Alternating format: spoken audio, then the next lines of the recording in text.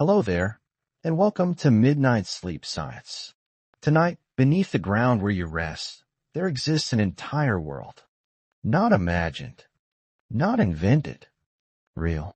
Miles below the surface of the Earth, where sunlight has never reached and air has never stirred, life persists in ways that challenge everything we thought we knew about survival.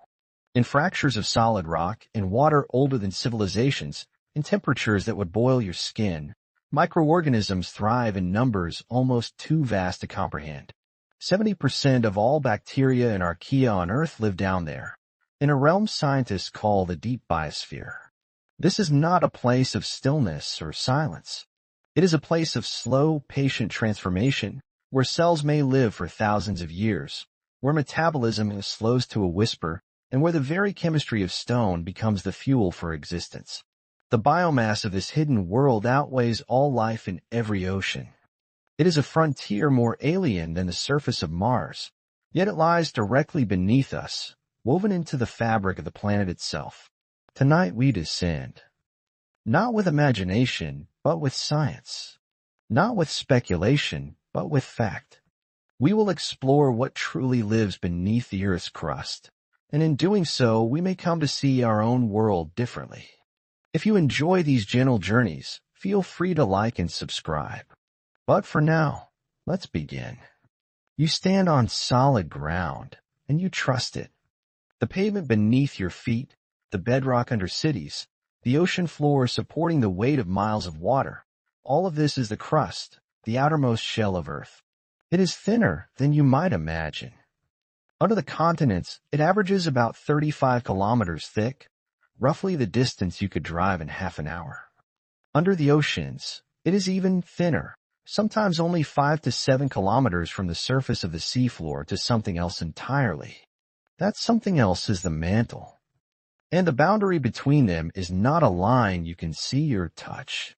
It is a discontinuity, a place where the rules change. Scientists call it the Mohorovičić discontinuity, or simply the Moho, named after the Croatian seismologist Andrija Mohorovičić, who discovered it in 1909 by studying how earthquake waves behaved as they traveled through the Earth. He noticed that seismic waves suddenly sped up at a certain depth, and he realized this meant they had crossed into a denser, different kind of rock. The crust is made mostly of lighter rocks, granite under the continents, basalt under the oceans. These rocks are rich in silicon, aluminum, and oxygen. But just below the moho, the composition shifts. The mantle is denser, richer in magnesium and iron, and the minerals there have structures built to withstand pressures the crust never experiences. When seismic waves enter the mantle, they move faster because the rock is more tightly packed, more resistant to deformation. You cannot drill to the moho, though scientists have tried. The deepest hole ever drilled, the Kola super deep borehole in Russia, reached just over 12 kilometers, still within the crust, still short of that boundary. The heat, the pressure, and the hardness of the rock make it nearly impossible to go deeper. So instead, we study the mantle indirectly, through the waves that pass through it after earthquakes, through samples brought up by volcanic eruptions, and through the strange minerals that sometimes reach the surface in violent bursts. But tonight you do not need a drill. You are not bound by metal or heat or the limitations of machinery.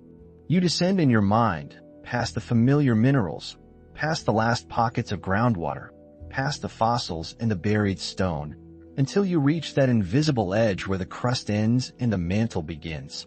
The temperature here is already over 1,000 degrees Celsius, hot enough to melt lead, but not hot enough to melt rock. Not here, not yet. The pressure is building, 30,000 times the pressure at sea level, and it will only grow stronger as you go deeper. This is the threshold. This is where the surface world gives way to something older, slower, and far more vast. You cross the moho, and the first thing you notice is the silence. Not the absence of sound, but the absence of familiarity. The crust above you, for all its depth and darkness, still contains traces of the surface world. Water seeping through fractures, minerals formed in ancient seas, the compressed remains of life that once moved under open sky. But here, just below the boundary, those traces fade. The rock has never been exposed to air. It has never been weathered by rain or shaped by roots breaking through stone. It exists in a state of permanence that the surface cannot know. The mantle does not rush. It does not shift suddenly or crack open without warning. Its movements are measured in centimeters per year, sometimes slower than your fingernails grow. The rock here is solid, but it is not frozen.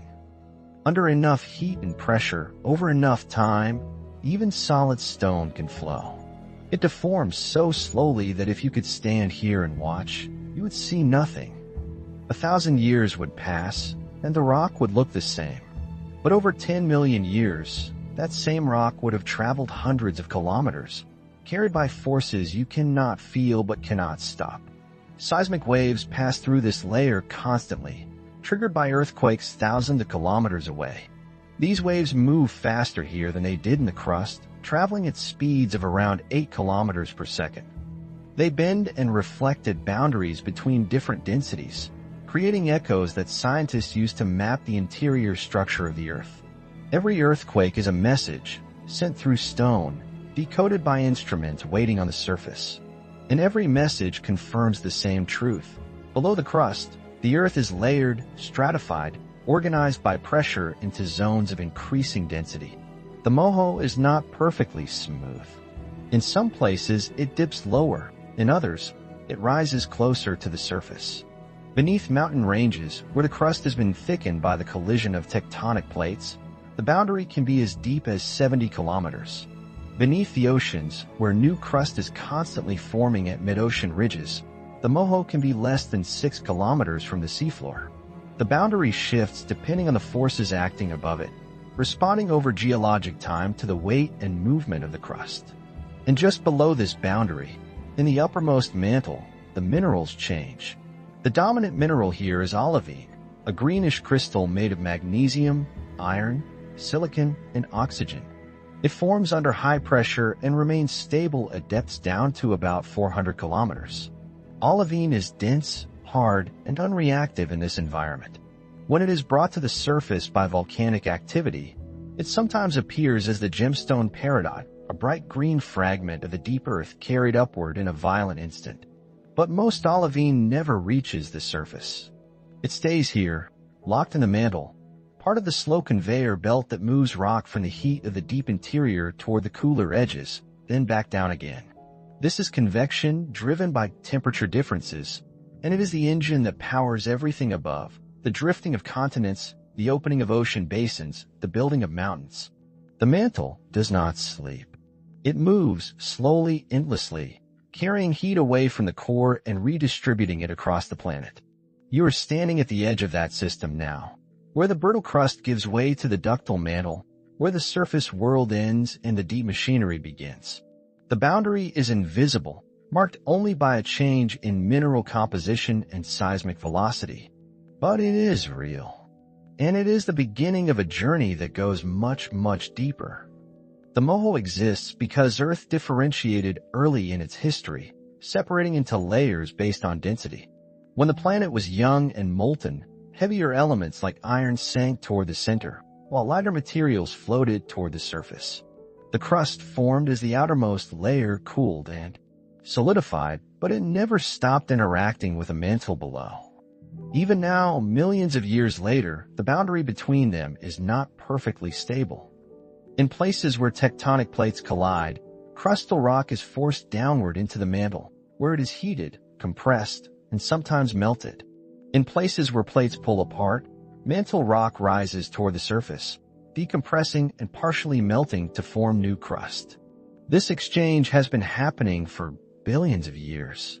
The crust is constantly being recycled, destroyed in some places and created in others, while a mantle remains the vast reservoir from which new crust is born. The moho marks the place where this cycle begins and ends, where crustal material is subducted downward and where mantle material is brought upward. It is not a static line. It is a boundary in motion, shifting over geologic time in response to forces acting across the planet. When Andrija Mohorovičić first identified this boundary in 1909, he did so by analyzing the arrival times of seismic waves from an earthquake in Croatia. He noticed that some seismic stations recorded two sets of waves, one that traveled through the crust at a slower speed, and another that had traveled deeper through a faster layer before returning to the surface. The faster waves had taken a longer path, but they arrived sooner because they had passed through denser rock. From this observation, Mohorovičić deduced that there must be a boundary at depth where the properties of rock change abruptly. He calculated the depth of this boundary to be about 50 kilometers under the continental crust, a remarkably accurate estimate given the tools available at the time. Since then, scientists have mapped the Moho across the entire planet using seismic reflection and refraction techniques. They have learned that it is not uniform. It rises and falls depending on the thickness of the crust above it, and its depth varies from less than 5 kilometers under some parts of the ocean floor to more than 70 kilometers beneath the highest mountain ranges. The Moho is not a single feature, but a global transition zone that responds to the geology above it. And now, as you stand just below this boundary, you begin to feel the weight of everything above you. The pressure here is immense, enough to change the structure of minerals, to force atoms closer together, to make rock denser than anything found at the surface. The temperature is rising with every kilometer of depth, increasing by about 25 degrees Celsius for each kilometer you descend. The rock around you is hot enough to glow if it were suddenly exposed to air, but in this darkness, there is no light. There is only heat and pressure and the slow, patient movement of stone. This is where the mantle begins. And the mantle is not empty. It is not lifeless. It is not still. It is a world of its own, vast and hidden, composed of minerals you will never see with your own eyes, shaped by forces that operate on timescales longer than human history. And tonight, you will go deeper into it, past the uppermost layers, past the rigid lithosphere, into the flowing heart of the planet where continents are born and destroyed. The boundary is behind you now.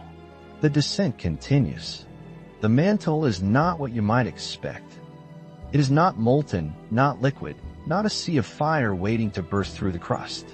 It is solid rock, as solid as the granite beneath a mountain or the basalt of the ocean floor. But it is solid in a way the surface world cannot be. Under pressures so immense that atoms are forced into tighter arrangements, into crystal structures that only exist at depth. And over geologic time, over millions of years, this solid rock flows. The mantle makes up 67% of Earth's mass. It extends from the Moho, just below the crust, down to a depth of 2,900 kilometers, where it meets the outer core. If you could measure its volume, it would account for 83 to 84% of the entire planet. Everything, the continents, the oceans, the atmosphere, the life that covers the surface, exists on a thin shell floating atop this vast reservoir of stone. The mantle is made primarily of silicate minerals, compounds built from silicon and oxygen, bonded with metals like magnesium, iron, aluminum, and calcium. By elemental composition, the mantle is roughly 45% oxygen, 21% silicon, and 23% magnesium. These three elements alone make up nearly 90% of the mantle's mass. Iron accounts for much of the remainder, giving the mantle its density and its role in Earth's magnetic field. The most abundant mineral in the upper mantle is olivine, a greenish crystal made of magnesium, iron, silicon, and oxygen. Olivine forms at high temperatures and pressures, and it remains stable down to depths of about 400 kilometers. When geologists examine rocks brought up from the mantle by volcanic eruptions, they often find peridotite, a dense rock composed mostly of olivine with smaller amounts of pyroxene and garnet. Peridotite is the signature rock of the mantle, the material that makes up the bulk of the upper layer. But peridotite is rarely seen at the surface. It exists in a world of heat and pressure that transforms it into something the surface cannot sustain.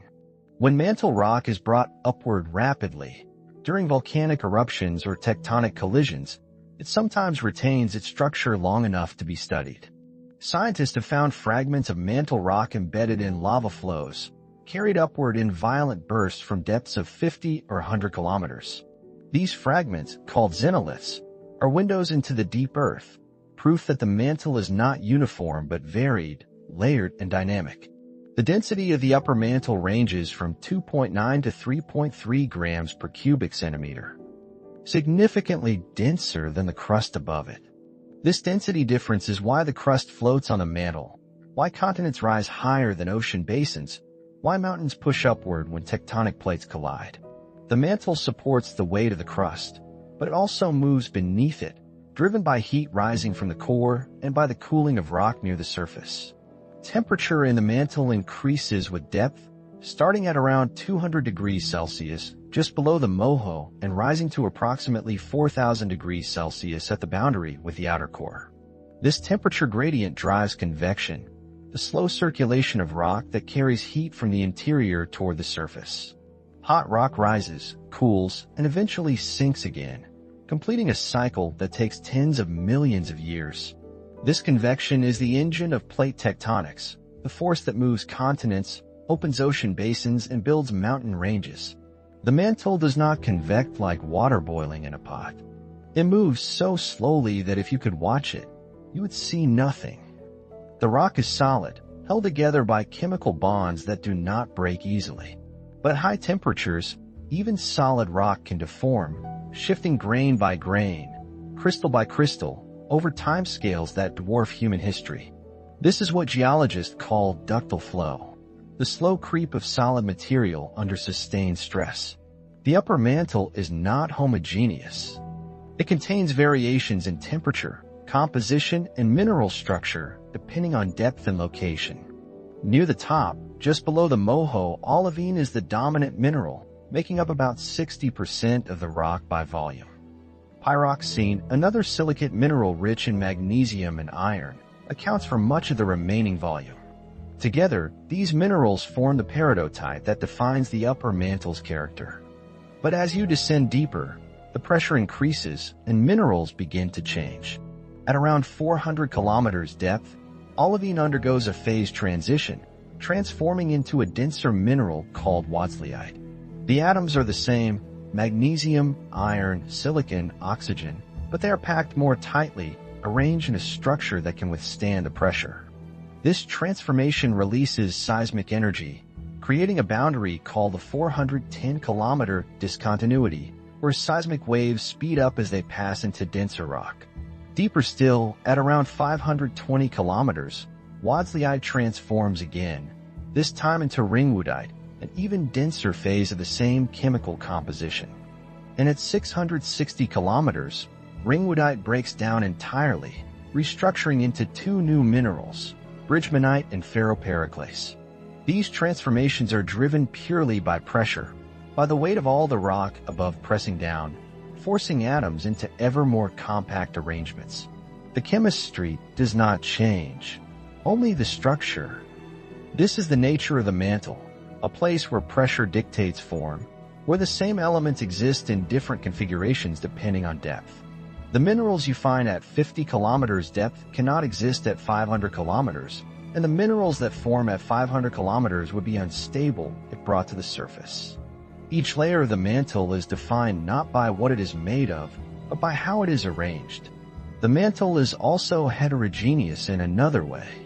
It contains remnants of subducted crust, slabs of oceanic lithosphere that have sunk into the mantle over hundreds of millions of years. These slabs are colder and denser than the surrounding mantle rock, and they descend slowly, pulled by their own weight. Some slabs reach the base of the mantle, piling up at the boundary with the outer core. Others stall at the 660-kilometer discontinuity, forming a graveyard of ancient seafloor. These subducted slabs alter the mantle's composition locally, introducing elements like water, carbon, and nitrogen that were originally part of the crust. The presence of water in the mantle is one of the most surprising discoveries of modern geophysics. Water does not exist here as liquid. It would vaporize instantly at these temperatures. Instead, it is bound chemically into minerals, incorporated into the crystal structures of wadzleyite and ringwoodite. These minerals can hold up to 3% water by weight, stored as hydroxyl ions within their atomic lattices. When scientists calculate how much water the transition zone could contain, the numbers are staggering, potentially more water than all the oceans on Earth's surface combined. This hidden water affects the mantle's behavior. It lowers the melting temperature of rock, making it easier for mantle material to partially melt when it rises toward the surface. It also influences the way seismic waves travel through the transition zone, creating subtle variations in wave speed that scientists use to map the distribution of water-rich minerals. The mantle is not dry. It is not barren. It holds water in a form the surface world cannot recognize, locked away in crystals under pressures that would crush any container built by human hands. And this water has been cycling through the mantle for billions of years, carried down by subducting plates, and returned to the surface through volcanic eruptions. The mantle is not separate from the surface, it is connected to it, exchanging material in a slow, planetary-scale circulation that has been ongoing since the earliest days of Earth's history. The mantle moves, but not in ways the surface world moves. There are no rivers here, no currents you could feel, no sudden shifts that mark the passage of time. The movement is measured in millimeters per year, driven by temperature differences between the hot interior and the cooler regions near the crust. Hot rock is less dense, and it rises slowly through the surrounding mantle, while cooler rock, denser and heavier, sinks. This process, called mantle convection, operates on timescales of tens to hundreds of millions of years.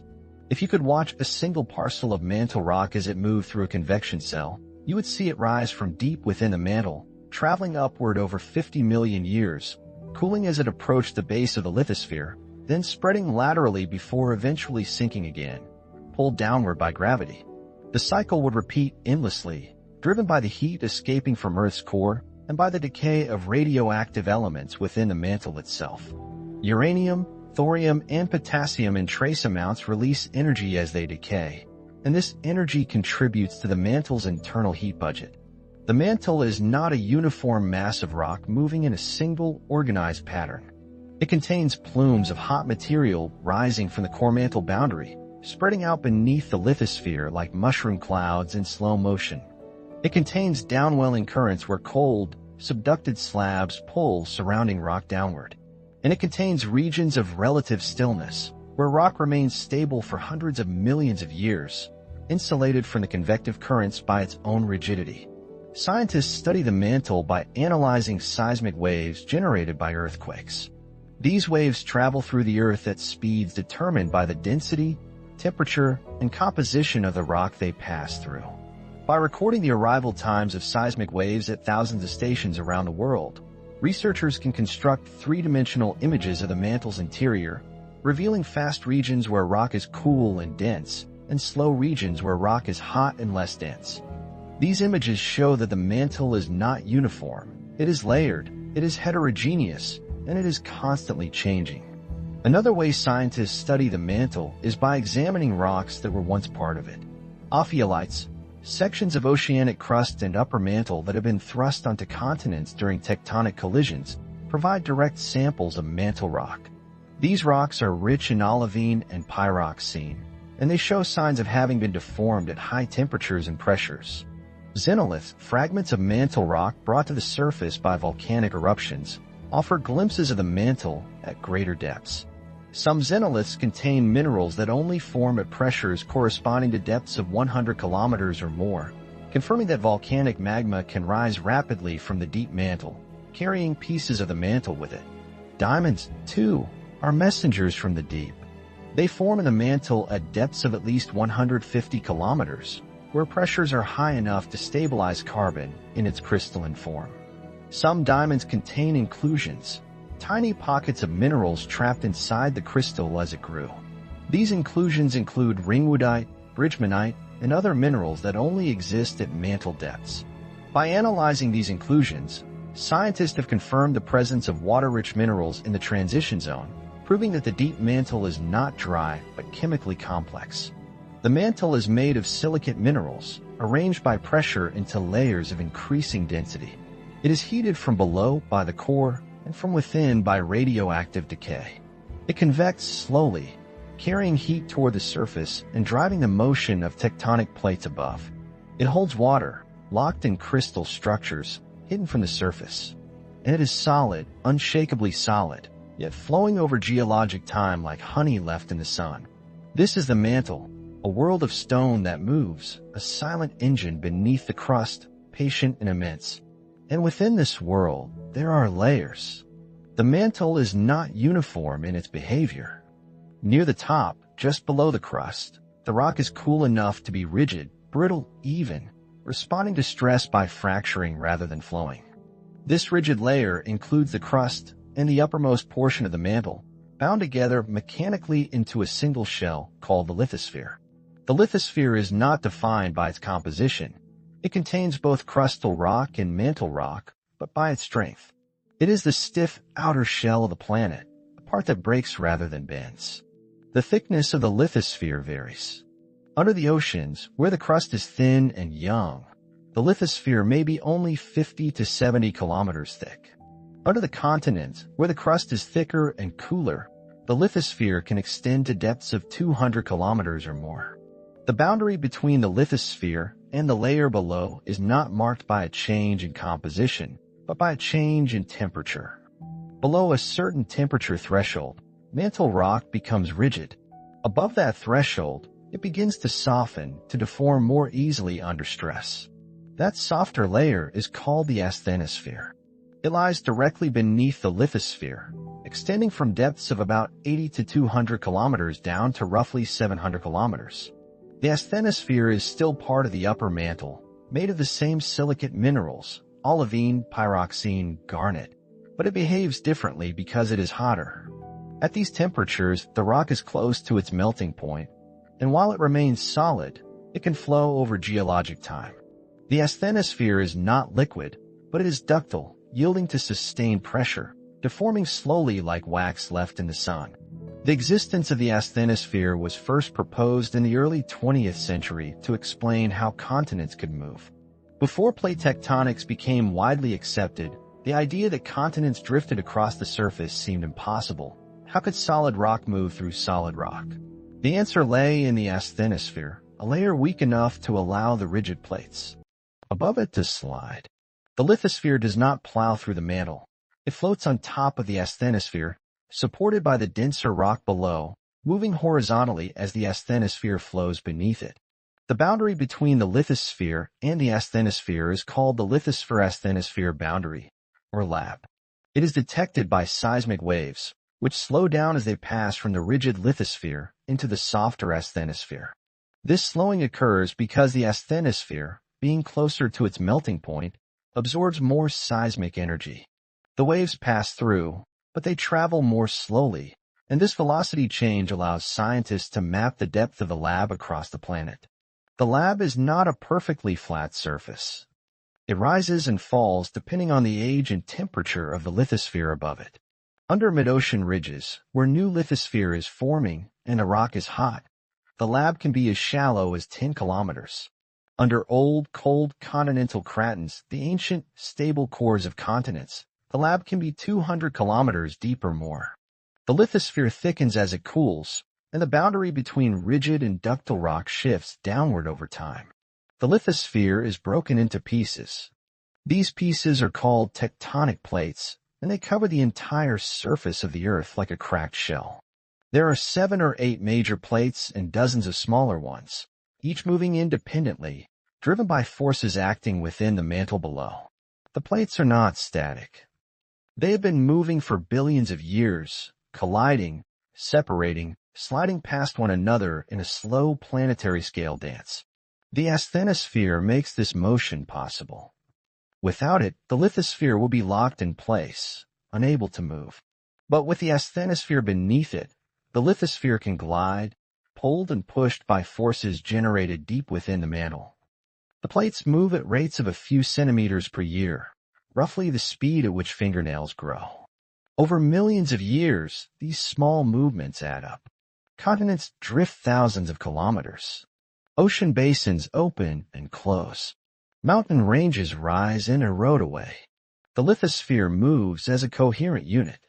When one part of a plate shifts, the entire plate moves with it. This is possible because the lithosphere is rigid, strong enough to transmit stress across thousands of kilometers without breaking apart. But the plates do not move uniformly. Some parts are being pulled downward at subduction zones, where old oceanic lithosphere sinks into the mantle. Other parts are being pushed apart at mid-ocean ridges, where new lithosphere is forming. And still other parts are sliding past one another along transform faults, where plates grind horizontally without creating or destroying crust. At subduction zones, the lithosphere is cool and dense enough to sink into the asthenosphere below. As oceanic crust ages and moves away from the mid-ocean ridge where it formed, it cools, and the lithosphere beneath it thickens. Eventually, this cold, dense slab becomes negatively buoyant. It is heavier than the surrounding asthenosphere, and it begins to sink. Gravity pulls it downward, and the rest of the plate follows, dragged by the weight of the subducting slab. This process, called slab pull, is one of the primary forces driving plate motion. At mid-ocean ridges, the opposite occurs. Here, the lithosphere is thin, and hot mantle rock rises from the asthenosphere to fill the gap left by separating plates.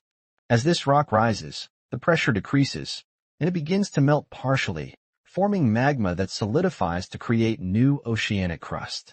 The newly formed lithosphere is hot and buoyant, elevated above the surrounding seafloor, and it pushes outward away from the ridge. This process, called ridge push, contributes to the motion of the plates, though it is a weaker force than slab pull. The asthenosphere accommodates these movements by flowing.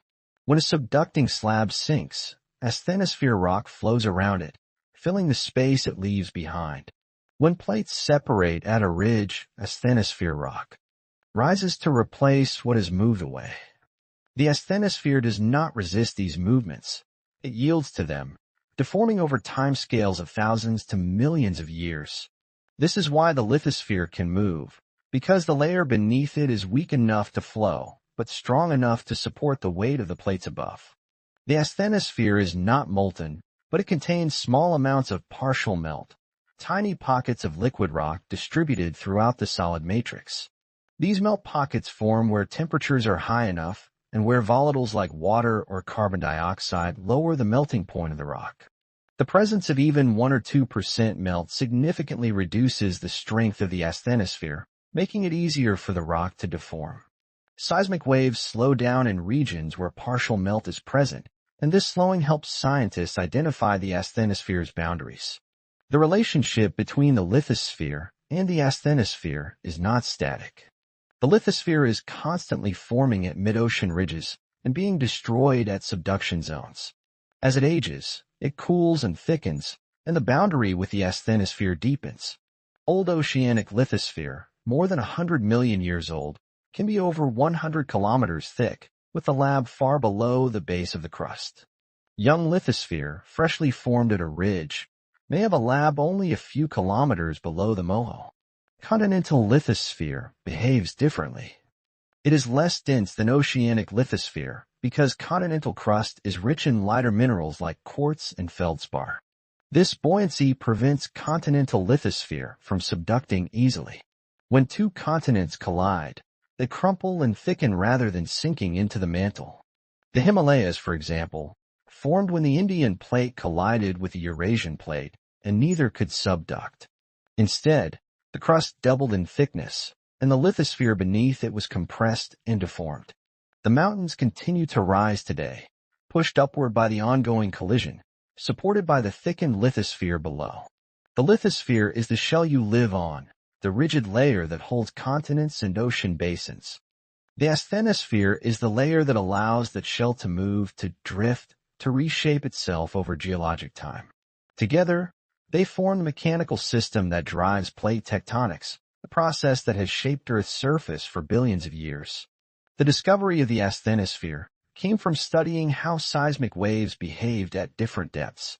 In the early 20th century, seismologists noticed that waves traveling through the upper mantle at depths of roughly 100 to 200 kilometers slowed down significantly. This low-velocity zone, as it came to be called, suggested that the rock at this depth was mechanically different from the layers above and below it. The most plausible explanation was that the rock was closer to its melting point, making it weaker and more ductile. This discovery helped explain a puzzle that had troubled geologists for decades. How could continents move? Alfred Wegener, in the early 1900s, proposed that continent had once been joined together and had since drifted apart. He pointed to matching fossils on opposite sides of the Atlantic Ocean, similar rock formations on different continents, and the jigsaw-like fit of continental coastlines. But his theory was dismissed by many scientists because no one could explain how solid rock could plow through solid rock. The idea of the asthenosphere changed that. If there was a weak layer beneath the lithosphere, then the rigid plates above could slide over it, driven by forces within the mantle. By the 1960s, evidence from seafloor spreading, magnetic striping on the ocean floor, and deep-sea drilling had confirmed that the continents were indeed moving. The theory of plate tectonics emerged, unifying decades of observations into a single framework. The lithosphere, broken into plates, moved over the asthenosphere, which acted as a lubricating layer, allowing the plates to glide horizontally. The asthenosphere did not push the plates. It simply allowed them to move, accommodating their motion by flowing slowly beneath them. In recent years, scientists have discovered that the asthenosphere is not uniform. In some regions, seismic waves reveal a particularly weak layer, possibly indicating higher concentrations of partial melt or elevated temperatures. In 2023, researchers identified a previously unknown layer of partially molten rock about 100 miles beneath the surface, within the asthenosphere itself. This layer is not continuous. It appears in patches, varying in thickness and distribution depending on local conditions. Its presence helps explain why tectonic plates can move so smoothly, as the partial melt reduces friction between the lithosphere and the deeper mantle. The asthenosphere also plays a role in volcanic activity. When mantle rock in the asthenosphere rises beneath a mid-ocean ridge or a hotspot, the decrease in pressure allows it to melt partially. This magma is less dense than the surrounding solid rock, so it rises further, eventually reaching the surface and erupting as lava. The volcanic islands of Hawaii, for example, are fed by a mantle plume that rises from deep within the mantle, passing through the asthenosphere and melting as it ascends. The magma that erupts at the surface originated as solid rock in the asthenosphere, brought to melting by decompression. The lithosphere and asthenosphere are not isolated from one another. They exchange heat, with the hot asthenosphere warming the base of the lithosphere from below. Over time, as oceanic lithosphere moves away from the mid-ocean ridge where it formed, it cools and thickens, and the boundary between lithosphere and asthenosphere deepens. This cooling causes the lithosphere to become denser, which eventually leads to subduction. The relationship between these two layers is dynamic, constantly evolving as plates move and temperatures change. Beneath the asthenosphere, deeper in the mantle, the rock becomes rigid again. The temperatures are still high, but the pressures are so immense that the rock loses the ability to flow easily. This deeper layer is called the lower mantle, and it behaves differently from the asthenosphere above it. The boundary between the upper and lower mantle lies at about 660 kilometers depth, marked by another phase transition where minerals restructure into denser forms. The lithosphere floats, the asthenosphere flows, and beneath it all, the mantle churns slowly, driven by heat escaping from the core. This is the engine of plate tectonics, the force that has shaped continents, opened oceans, and built mountains for billions of years. And it is still operating today, moving the ground beneath you at a pace too slow to feel, but too persistent to stop. Tectonic plates do not move by accident. They are not pushed by winds or pulled by tides or shifted by anything external to the Earth itself. The forces that drive their motion come from within the planet, from the heat escaping the core, from the slow convection of the mantle, and from the weight of the plates themselves. This is a system powered by temperature differences, by gravity, and by the patient transfer of energy across thousands of kilometers of rock. The primary force moving tectonic plates is called slab pull. When oceanic lithosphere forms at a mid-ocean ridge, it is hot, buoyant, and elevated above the surrounding seafloor. But as it moves away from the ridge, it cools. The cooling causes the lithosphere to become denser, and as it thickens, it eventually becomes denser than the asthenosphere beneath it. At this point, when the edge of the plate reaches a subduction zone, gravity takes over. The cold, dense slab of lithosphere sinks into the mantle, and as it sinks, it pulls the rest of the plate behind it. This pulling force is immense. A subducting slab can be hundreds of kilometers long and weigh trillions of tons. Its descent generates enough force to drag an entire tectonic plate across the surface of the Earth, overcoming friction, bending the lithosphere, and triggering earthquakes as a slab grinds against the mantle around it. Slab pull is the strongest force in plate tectonics, responsible for most of the motion observed at the surface. But slab pull is not the only force. At mid-ocean ridges, where new lithosphere is forming, another process contributes to plate motion. The ridges are elevated because the rock beneath them is hot and less dense than the surrounding mantle. This elevation creates a gravitational slope, and the newly formed lithosphere slides away from the ridge, pushed by its own weight. This process, called ridge push, is weaker than slab pull, but it is still significant, especially for plates that do not have subducting edges. Beneath these forces, driving them all, is mantle convection. The mantle is not static. It circulates, driven by temperature differences between the hot core and the cooler regions near the surface. Hot rock rises from deep within the mantle, carrying heat upward. As it rises, it cools, and eventually it becomes dense enough to sink again. This creates a cycle, a slow overturning of material that takes tens of millions of years to complete. The heat that drives this convection comes from two sources. The first is the residual heat left over from Earth's formation, when the planet was molten and the energy of countless collisions was locked into the rock. The second is the decay of radioactive elements, uranium, thorium, and potassium, distributed throughout the mantle and crust. These elements release energy as they decay, and this energy maintains the mantle's temperature, keeping it hot enough to flow over geologic time. Without this heat, the mantle would eventually cool and solidify completely, and plate tectonics would stop. The lithosphere would become locked in place, unable to move. Mountains would no longer rise. Earthquakes would cease. Volcanoes would go silent. The planet would become geologically dead, like Mars, where plate tectonics ended billions of years ago. But Earth is still hot inside, still losing heat, and as long as that heat escapes, the plates will continue to move. The relationship between heat, pressure, and motion is not simple. The mantle does not convect in neat, organized cells like water boiling in a pot. The flow is complex, three-dimensional, and influenced by the varying properties of the rock at different depths. Some regions of the mantle are hotter than others, creating plumes of rising material that reach the surface as hotspots. Other regions are cooler, where subducted slabs have sunk and accumulated, forming dense piles of cold rock at the base of the mantle. Subduction zones are where the motion of plates becomes most dramatic. Here, one plate is forced beneath another, descending into the mantle at angles that can range from shallow to nearly vertical. The descending slab is cold, much colder than the surrounding mantle rock, and it remains cold for millions of years as it sinks.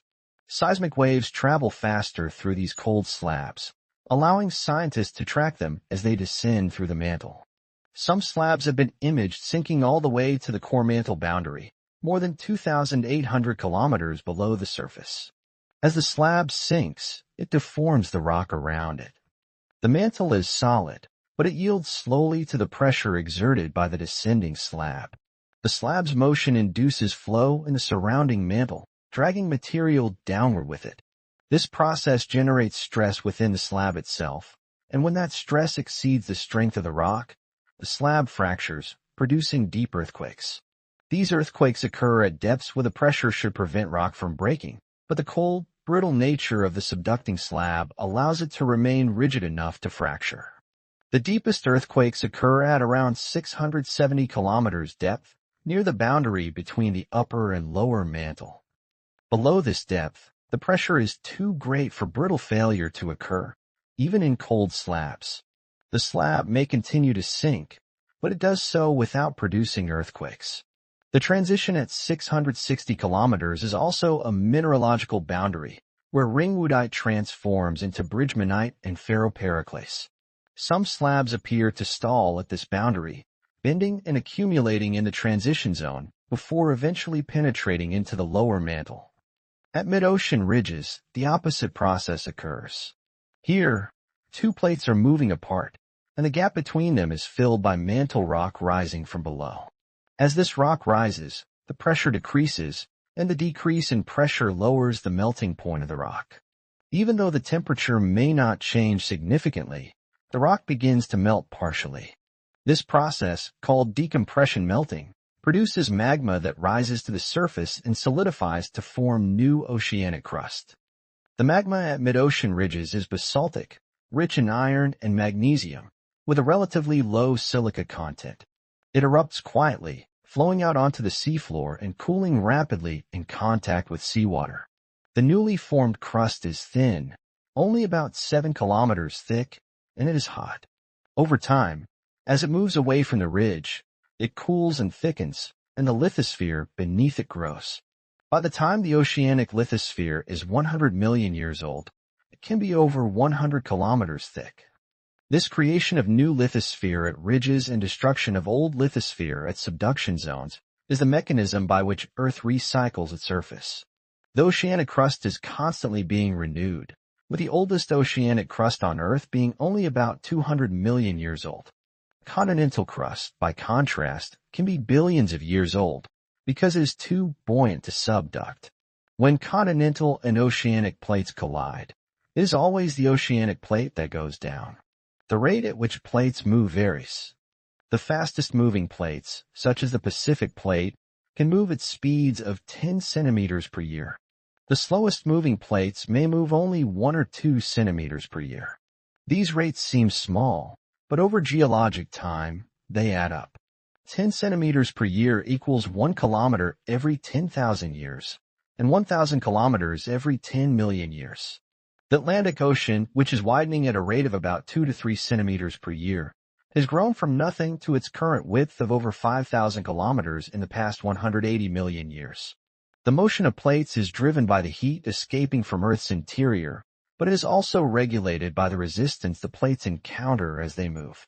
Friction at the base of the lithosphere, resistance from the mantle as slabs sink, and the bending of the lithosphere at subduction zones all act to slow the plates down. The system is self-regulating. If a plate moves too fast, the resistance increases, slowing it down. If it moves too slowly, the driving forces build up, speeding it up. The convection that drives plate motion is not uniform throughout the mantle. The upper mantle convects more rapidly than the lower mantle because the viscosity of the rock increases with depth. Viscosity is a measure of a material's resistance to flow, and in the mantle, is controlled by temperature, pressure, and mineral composition. The lower mantle is under such immense pressure that even though it is hotter than the upper mantle, it flows more slowly.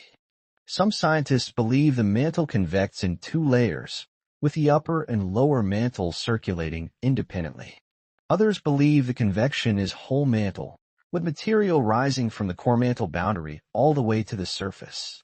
The truth is likely somewhere in between, with most convection occurring within each layer, but with some exchange of material between them. Subducting slabs provide a connection between the upper and lower mantle, carrying surface material deep into the interior. Mantle plumes, columns of hot rock rising from the core mantle boundary, provide a return path, bringing deep material back toward the surface. Mantle plumes are responsible for hotspot volcanism, the volcanic activity that occurs far from plate boundaries. The Hawaiian Islands, for example, are formed by a plume that rises from deep within the mantle, melting as it ascends and erupting at the surface. The Pacific Plate moves over this stationary plume, and as it does, a chain of volcanic islands forms, each one older as you move away from the current location of the plume. The Big Island of Hawaii is currently over the plume, and it is volcanically active. The islands to the northwest are older and no longer erupt, because they have moved away from the heat source. The heat that drives all of this, the convection, the plate motion, the volcanism, is slowly escaping. Earth is cooling, losing heat to space through the surface. The rate of heat loss is approximately 44 terawatts, roughly 3 times the total energy consumption of human civilization. Most of this heat is lost through the oceanic crust at mid-ocean ridges, where the lithosphere is thin and the mantle is close to the surface. Some heat is lost through hot spots and volcanic arcs, and some is lost through the slow conduction of heat through the thick continental crust. As Earth cools, the mantle becomes more viscous and convection slows down. Eventually, billions of years from now, the mantle may cool enough that convection ceases entirely and plate tectonics will stop. But that future is distant. For now, the planet is still hot, still active, still driven by the slow escape of primordial heat and the decay of radioactive elements. The plates continue to move, driven by forces generated deep within the mantle, shaped by the weight of sinking slabs and the buoyancy of rising plumes. Pressure, too, plays a critical role. The deeper you go into the mantle, the greater the pressure, and pressure affects everything. The density of rock, the melting temperature, the speed of seismic waves, the stability of minerals. At the surface, the pressure is 1 atmosphere, the weight of the air above. At the base of the crust, the pressure is already tens of thousands of atmospheres. At the base of the mantle, near the core, the pressure exceeds 1 million atmospheres, enough to compress rock into forms that cannot exist anywhere else. This pressure is what allows the mantle to remain solid, even at temperatures high enough to melt surface rock.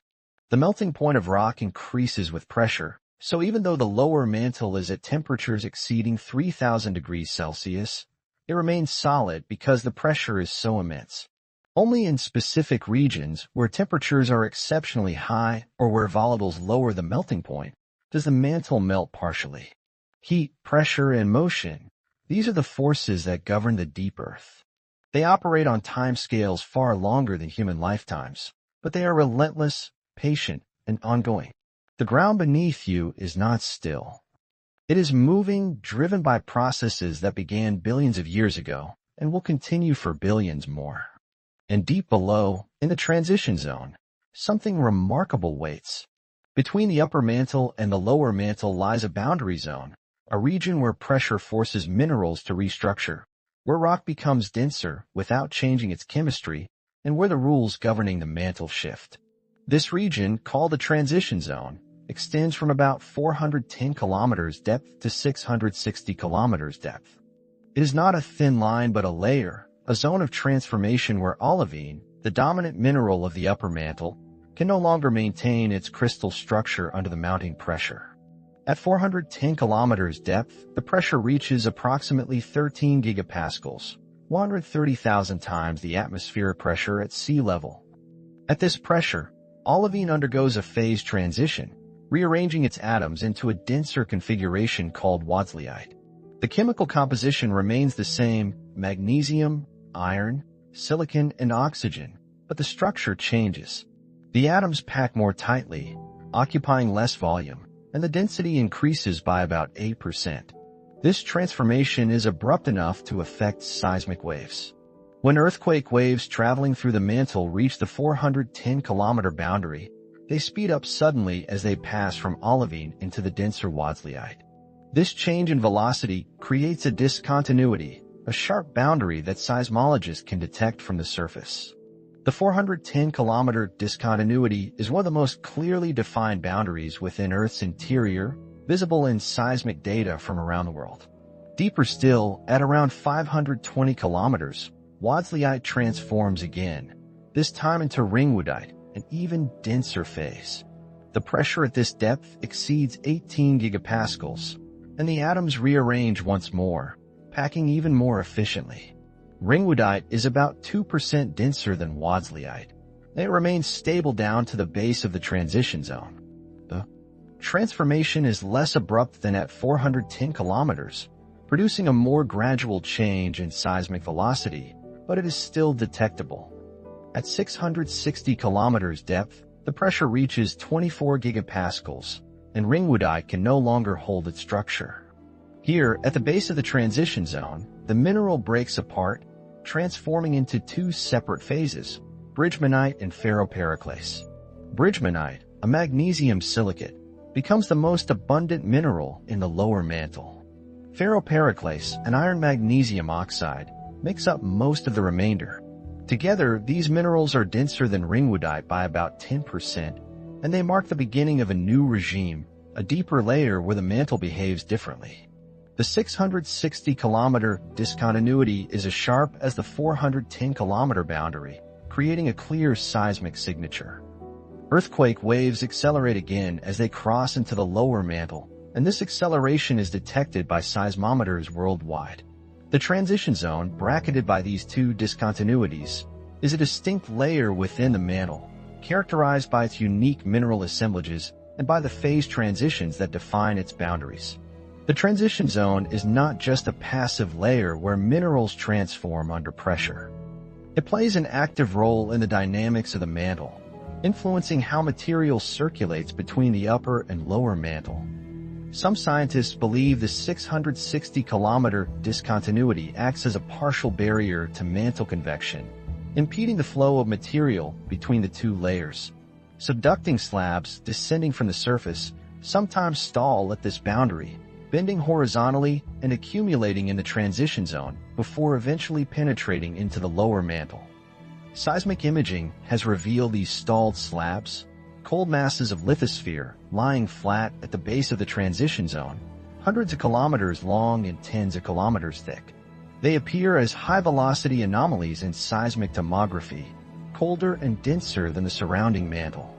Some slabs remain at this depth for millions of years before their weight overcomes the resistance of the phase transition and they sink into the lower mantle. Others may never penetrate, accumulating in the transition zone indefinitely. The resistance at the 660-kilometer boundary is related to the nature of the phase transition itself. The transformation from ringwoodite to bridgmanite and ferropericlase is endothermic, meaning it absorbs heat. When a cold subducting slab reaches this depth, the phase transition is delayed because the slab must absorb additional heat to complete the transformation. This delay creates a density contrast that resists the slab's descent, effectively increasing the buoyancy of the slab at this depth. The effect is temporary, but it can slow or halt the slab's motion for geologically significant periods. Eventually, as the slab warms and the phase transition completes, the density contrast disappears, and the slab continues sinking. But during the time it remains stalled, the slab alters the flow patterns in the surrounding mantle, deflecting convection currents and influencing the distribution of heat.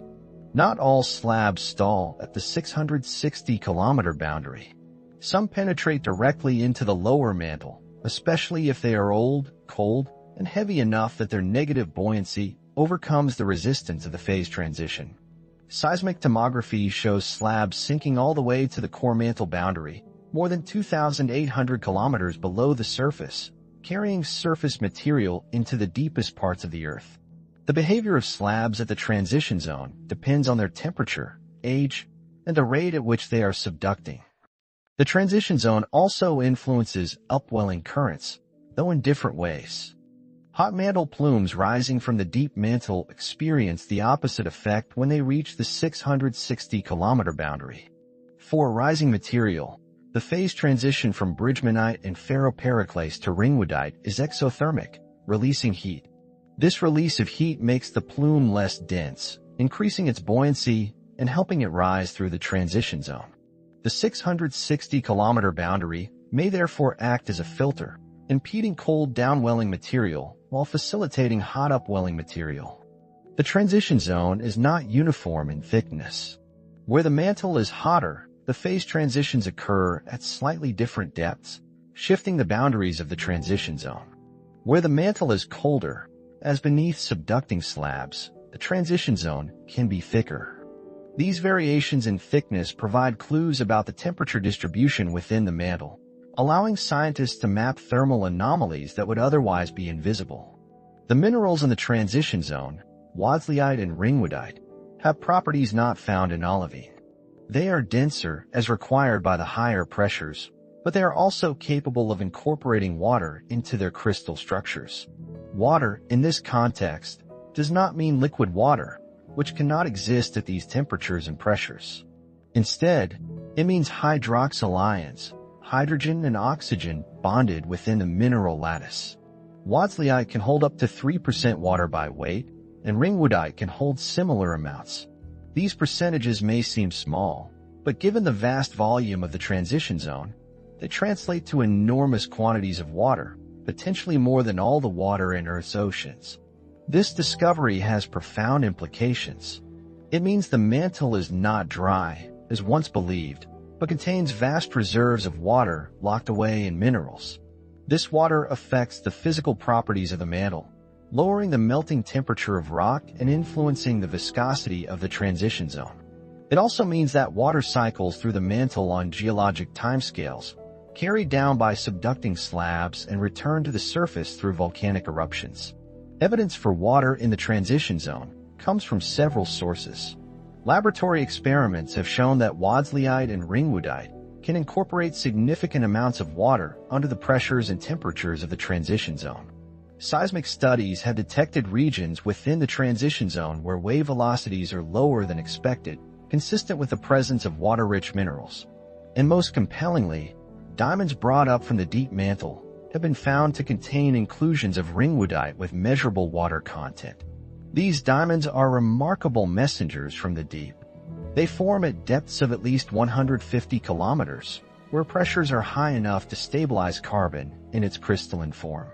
Some diamonds contain inclusions, tiny pockets of minerals trapped inside the crystal as it grew. When geologists analyze these inclusions, they find minerals that could only have formed at mantle depths: ringwoodite from the transition zone, bridgemanite from the lower mantle, and other high-pressure phases unknown at the surface. In 2014, scientists reported finding a diamond that contained an inclusion of ringwoodite with about 1% water by weight. This was the first direct confirmation that water exists in the transition zone. The diamond had been brought to the surface by a volcanic eruption, rising rapidly enough that the ringwoodite inclusion remained intact, preserving evidence of the conditions deep within the Earth. Analysis of the inclusion showed that it had formed at pressures consistent with the transition zone, and the water it contained was chemically bound into the crystal structure.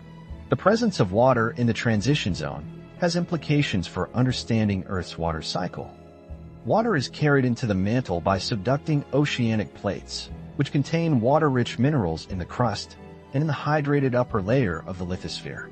As these plates descend, they heat up, and some of the water is released, rising back toward the surface and triggering volcanism at volcanic arcs. But some water remains in the slab, carried deeper into the mantle. When the slab reaches the transition zone, the water can be absorbed into wadsleyite and ringwoodite, effectively storing it at depth. If the slab penetrates the 660-kilometer boundary and sinks into the lower mantle, the water may be released again, because bridgemanite and ferropericlase cannot hold as much water as the transition zone minerals. This released water could influence melting and convection in the lower mantle, though the details are still being studied. The transition zone is thus a reservoir, a temporary storage layer for water cycling between the surface and the deep mantle. The amount of water stored here is uncertain, but estimates suggest it could be equivalent to several times the volume of Earth's oceans. This hidden ocean is not liquid, not accessible, not anything the surface world can use, but it is there, locked in crystal structures under pressures that would crush any vessel. The transition zone represents a boundary, a place where the upper mantle ends and the lower mantle begins, where minerals transform under pressure, and where the flow of material between layers is regulated by phase transitions. It is not a barrier in the absolute sense. Material does cross it, both upward and downward, but it is a filter, slowing some flows and accelerating others, influencing the pattern of convection throughout the mantle. At 660 kilometers depth, you stand at the edge of a deeper realm.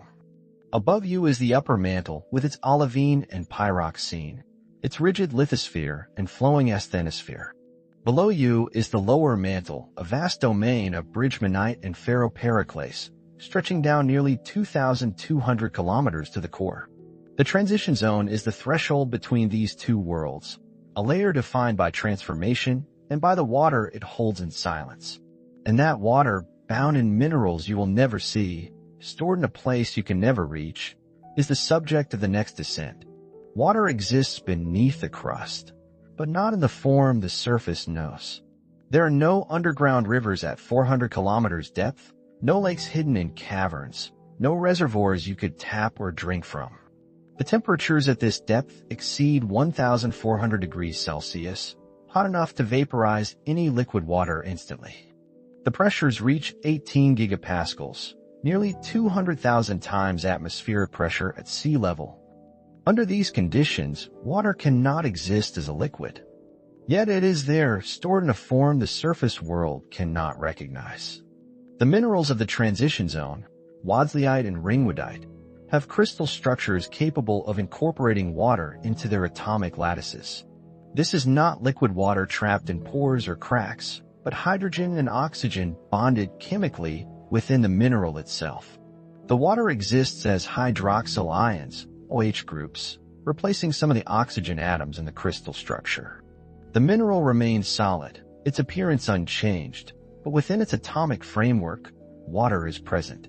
Wadsleyite can hold up to 3% water by weight. Ringwoodite can hold similar amounts, possibly more. These percentages seem modest, but the transition zone is vast, extending from 410 to 660 kilometers depth and spanning the entire planet. When scientists calculate how much water could be stored in this layer if even a fraction of the minerals are hydrated, the numbers are staggering. The transition zone could contain more water than all the oceans on Earth's surface combined. This water is invisible to the surface world. It does not flow. It does not evaporate. It does not support life as the surface knows it. But it affects the behavior of the mantle in profound ways. Water lowers the melting temperature of rock, making it easier for mantle material to melt partially when it rises toward the surface. Water also reduces the viscosity of minerals, making them slightly weaker, slightly more ductile, and more prone to deformation under stress. The presence of water in the transition zone influences how seismic waves travel, how the mantle convects, and how heat is distributed within the planet. For decades, scientists debated whether the deep mantle contained significant amounts of water. Early models assumed the mantle was dry, or nearly so, because water was thought to be expelled during the process of subduction as oceanic plates descended and heated up. Laboratory experiments in the 1980s and 1990s began to challenge this assumption, showing that high-pressure minerals like wadsleyite could incorporate water under conditions matching those of the transition zone. But laboratory experiments alone were not enough. Scientists needed direct evidence from the deep Earth. That evidence came from an unexpected source: diamonds. Diamonds form deep in the mantle, at depths of at least 150 kilometers, where pressures are high enough to stabilize carbon in its crystalline form. Some diamonds form even deeper in the transition zone or lower mantle, and when volcanic eruptions bring them rapidly to the surface, they sometimes carry inclusions, tiny fragments of minerals from the depths where they grew. These inclusions are windows into the deep Earth, preserving minerals that cannot exist at the surface. In 2014, a team of scientists analyzed a diamond from Brazil that contained a microscopic inclusion of ringwoodite. The inclusion was only about 50 micrometers across, smaller than a grain of sand, but it was enough to analyze. Chemical analysis revealed that the ringwoodite contained approximately 1% water by weight, stored as hydroxyl ions within the crystal structure. This was the first direct physical confirmation that water exists in the transition zone. The diamond itself had formed at a depth consistent with the transition zone, between 410 and 660 kilometers. It had risen to the surface in a volcanic eruption, traveling hundreds of kilometers in a matter of hours or days, fast enough that the ringwoodite inclusion did not have time to decompress and transform into lower pressure minerals. When it reached the surface, the ringwoodite was no longer stable. At atmospheric pressure, it should have reverted to olivine, but the diamond had acted as a protective capsule, preserving the inclusion in its high-pressure form. The discovery of water-bearing ringwoodite in a diamond confirmed what laboratory experiments had suggested. The transition zone is not dry. Water is cycled into the mantle by subducting oceanic plates, which carry hydrated minerals down from the crust and upper lithosphere. As these plates descend, they pass through different pressure and temperature regimes, and water is released in stages. Some water is expelled at shallow depths, rising back toward the surface and triggering volcanism at volcanic arcs. But some water remains in the slab, bound in minerals that remain stable at higher pressures. When the subducting slab reaches the transition zone, the minerals transform. Olivine becomes wadsleyite, and wadsleyite becomes ringwoodite, and these high-pressure phases can absorb water released from the slab. The transition zone acts as a sponge, soaking up water that would otherwise be carried deeper or expelled back toward the surface. How much water is actually stored in the transition zone remains uncertain. It depends on how much water is delivered by subducting slabs, how efficiently the transition zone minerals absorb it, and how long it remains before being carried deeper or returned to the surface. Seismic studies provide indirect evidence for water in the transition zone. Seismic waves slow down when they pass through water-rich minerals because the presence of hydroxyl ions alters the elastic properties of the crystal. In some regions beneath the ocean basins, seismologists have detected low-velocity zones within the transition zone, consistent with elevated water content. These zones are not uniform. They appear in patches, suggesting that water is not evenly distributed but concentrated in certain areas, possibly where subducting slabs have delivered hydrated material. The transition zone may contain localized reservoirs of water, regions where wadsleyite and ringwoodite are saturated with hydroxyl ions. If enough water accumulates in these regions, the minerals may begin to melt partially, even though the temperature is not particularly elevated. Water dramatically lowers the melting point of silicate minerals, and in the presence of sufficient water, the transition zone could contain pockets of melt, small amounts of liquid rock distributed within the solid matrix. These melt pockets would be too small and too deep to erupt at the surface, but they could influence the mechanical behavior of the transition zone, making it weaker and more prone to deformation. Not all water that enters the transition zone stays there. If a subducting slab penetrates the 660-kilometer boundary and sinks into the lower mantle, the water stored in ringwoodite must be released. Because the minerals of the lower mantle, bridgemanite and ferropericlase, cannot hold as much water. The released water may trigger partial melting at the base of the transition zone, or it may be carried deeper into the lower mantle, where it could be incorporated into other phases or expelled through volcanic activity millions of years later. Water cycles through the mantle on geologic timescales, moving downward with subducting slabs and returning to the surface through volcanic eruptions. This deep water cycle operates alongside the surface water cycle, the familiar cycle of evaporation, precipitation, and river flow, but it is vastly slower. Water that enters the mantle through subduction may remain there for tens or hundreds of millions of years before being returned to the surface. During that time, it influences the chemistry and dynamics of the mantle, altering the melting behavior of rock, the viscosity of minerals, and the distribution of heat. The oceans on Earth's surface represent only a fraction of the planet's total water inventory. If the transition zone contains as much water as some estimates suggest, then the majority of Earth's water may be hidden within the mantle, locked in crystal structures under pressures that prevent it from ever reaching the surface as liquid. This hidden ocean is not accessible, not usable, not anything the surface world can touch, but it is there silent and vast, cycling slowly between the depths and the surface over geologic time. The idea that water exists deep within the Earth has implications for understanding how planets form and evolve. When Earth formed 4.5 billion years ago, it accreted from a disk of dust and gas surrounding the young sun. The early Earth was hot, possibly entirely molten, and much of the water and other volatile compounds may have been lost to space during this violent phase. But some water remained, either delivered later by comets and asteroids or retained in minerals that could withstand heat. If the mantle can store water in minerals like wadsleyite and ringwoodite, then Earth may have retained more water from its formation than previously thought. This water would have been incorporated into the mantle as the planet differentiated, and it has been cycling between the surface and the interior ever since. The transition zone may have acted as a reservoir for billions of years, regulating the amount of water at the surface by absorbing excess water during periods of intense subduction and releasing it during periods of volcanic activity. Other planets and moons in the solar system may also have water stored in their interiors, though detecting it is difficult. Mars, which is smaller and cooler than Earth, may have lost much of its water to space, but some could remain in the mantle. Europa, one of Jupiter's moons, has a subsurface ocean beneath an icy crust, and its interior may contain hydrated minerals similar to those in Earth's mantle. Understanding how water behaves under high pressure and temperature helps scientists interpret the geology of other worlds, many of which are too distant to study directly. The water in the transition zone is chemically bound, not free, and it will remain there for as long as the minerals that hold it remain stable. If Earth continues to cool, over billions of years, the transition zone will eventually become too cold for convection, and water cycling will slow or stop.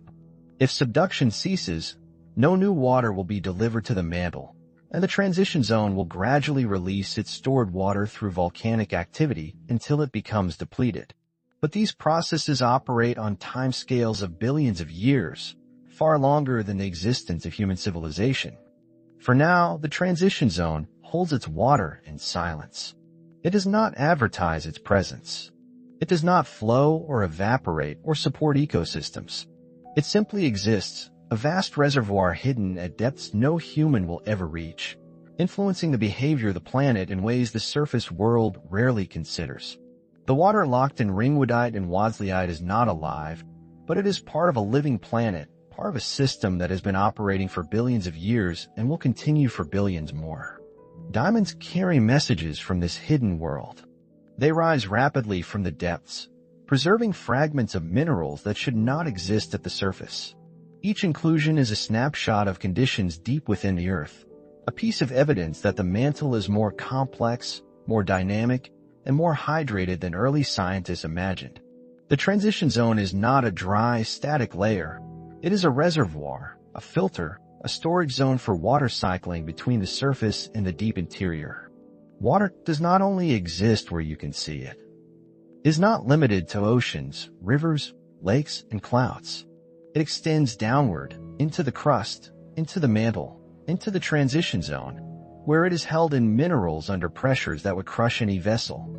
And deeper still, in fractures within the crust, in pockets of ancient stone, water supports another form of existence, life without light, thriving in darkness. Life exists in the crust, but not where you might expect. Not in the soil where roots reach, not in caves where bats roost, not in the pockets of groundwater that feed wells and springs. Deeper than all of these, in fractures within solid rock, in pores too small to see, in water that has been sealed away from the surface for millions of years, microbes survive. They are bacteria and archaea, single-celled organisms simpler than anything you would recognize as alive, yet they thrive in conditions that would seem impossible. These organisms live in complete darkness. No sunlight has ever reached them. No photosynthesis occurs. No plants grow in their world. They exist at depths of 1-2, sometimes more than 2 kilometers below the surface, where the pressure is immense and the temperature approaches the boiling point of water. The rock around them is ancient, compressed by the weight of everything above, fractured by tectonic forces that open pathways for water to seep through. And in those fractures, in that water, life persists. Scientists call this hidden realm the deep biosphere. It is a biosphere in the truest sense, a zone where life exists, but it is separate from the surface biosphere, isolated by kilometers of rock, functioning according to different rules. The organisms here do not depend on the sun. They extract energy from chemical reactions between water and minerals, breaking down compounds that formed when the rock itself was created. They are chemotrophs, life powered by chemistry rather than light. The discovery of the deep biosphere was gradual, pieced together from studies of mines, boreholes, and deep drilling projects. In the 1920s, scientists noticed bacteria in water samples from deep wells, but they assumed the microbes had contaminated the samples during collection. It seemed impossible that anything could live so far below the surface, in environments so hot, so dark, so isolated. But as drilling techniques improved and contamination protocols became more rigorous, the evidence became undeniable. The deep crust was inhabited. In the 1980s, researchers studying a South African gold mine at depths of more than 3 kilometers found microbial communities living in fractures within the rock. The water in these fractures was hot, salty, and rich in dissolved minerals, with no connection to the surface. Yet the microbes were alive, metabolically active, reproducing slowly in an environment that seemed hostile to all known forms of life. This discovery changed the way scientists thought about the limits of life, about where organisms could survive, and about how much biomass might exist beneath the surface. Since then, deep biosphere research has expanded. Scientists have drilled into the ocean floor, extracting sediment cores from depths of more than 2 kilometers below the seafloor. They have sampled water from boreholes that penetrate ancient rock formations. They have studied mines on every continent, collecting microbes from depths that reach the limits of human excavation. And in nearly every sample they have found life. The biomass of the deep biosphere is staggering. Estimates suggest that the total mass of microbes living beneath the surface may equal or exceed the total mass of all life in the oceans. These organisms represent a significant fraction of Earth's total biomass, yet they are invisible, unreachable, and largely unknown. They live on timescales that dwarf the surface world, reproducing once every century or longer, existing in a state of near stasis, waiting for nutrients to diffuse through rock. The deep biosphere extends as far as life can tolerate heat. The temperature limit for microbial life appears to be around 120 to 130 degrees Celsius, though some researchers believe organisms may survive at even higher temperatures. Below this limit, anywhere there is water and a source of chemical energy, life seems to find a way. The crust is not a sterile layer of rock. It is a habitat, vast and hidden, supporting communities of organisms that have never seen the surface. The organisms of the deep biosphere do not eat in the way surface life eats. They do not consume plants or animals or organic matter that originated from photosynthesis. Instead, they extract energy from inorganic chemical reactions, processes that occur naturally when water interacts with certain types of rock. These reactions release hydrogen, methane, and other compounds that microbes can use as fuel. One of the most important energy sources for deep biosphere organisms is the reaction between water and iron-rich minerals. When water seeps through rock containing minerals like olivine or pyroxene, it can react with the iron in those minerals, producing hydrogen gas. The hydrogen, in turn, can be used by microbes as an electron donor, a source of energy that drives their metabolism. This process, called serpentinization, occurs in many places within the crust, particularly in oceanic crust where water circulates through fractured basalt. Other microbes in the deep biosphere use sulfate as an electron acceptor, breathing it in the same way surface organisms breathe oxygen. Sulfate is abundant in many deep waters, dissolved from minerals or carried down by ancient seawater that infiltrated the crust millions of years ago. Sulfate-reducing bacteria extract energy by transferring electrons from hydrogen or organic compounds to sulfate, producing hydrogen sulfide as a waste product. The hydrogen sulfide accumulates in the water, giving it a distinctive smell if it ever reaches the surface. Methane is both a product and a substrate for deep biosphere life. Some microbes, called methanogens, produce methane by combining hydrogen with carbon dioxide. Other microbes, called methanotrophs, consume methane, oxidizing it to extract energy. These metabolic processes occur side by side in the deep crust, creating ecosystems based entirely on the cycling of simple molecules. The microbes of the deep biosphere grow slowly. Energy is scarce, and nutrients diffuse through rock at rates measured in millimeters per year. A bacterial cell in the deep crust might divide once every 100 years, or once every 1,000 years, or even less frequently. The generation times are so long that individual cells may be older than human civilizations. Yet the cells remain viable, maintaining their metabolic machinery, repairing damage to their DNA, waiting patiently for the resources they need to reproduce. This slow pace of life is hard to comprehend from the surface perspective. Surface organisms, plants, animals, even most bacteria, reproduce rapidly, taking advantage of abundant energy and nutrients. But in the deep biosphere, survival is more important than growth. The microbes have evolved to minimize their energy expenditure, to enter states of dormancy when conditions are unfavorable, and to persist for geologic timescales.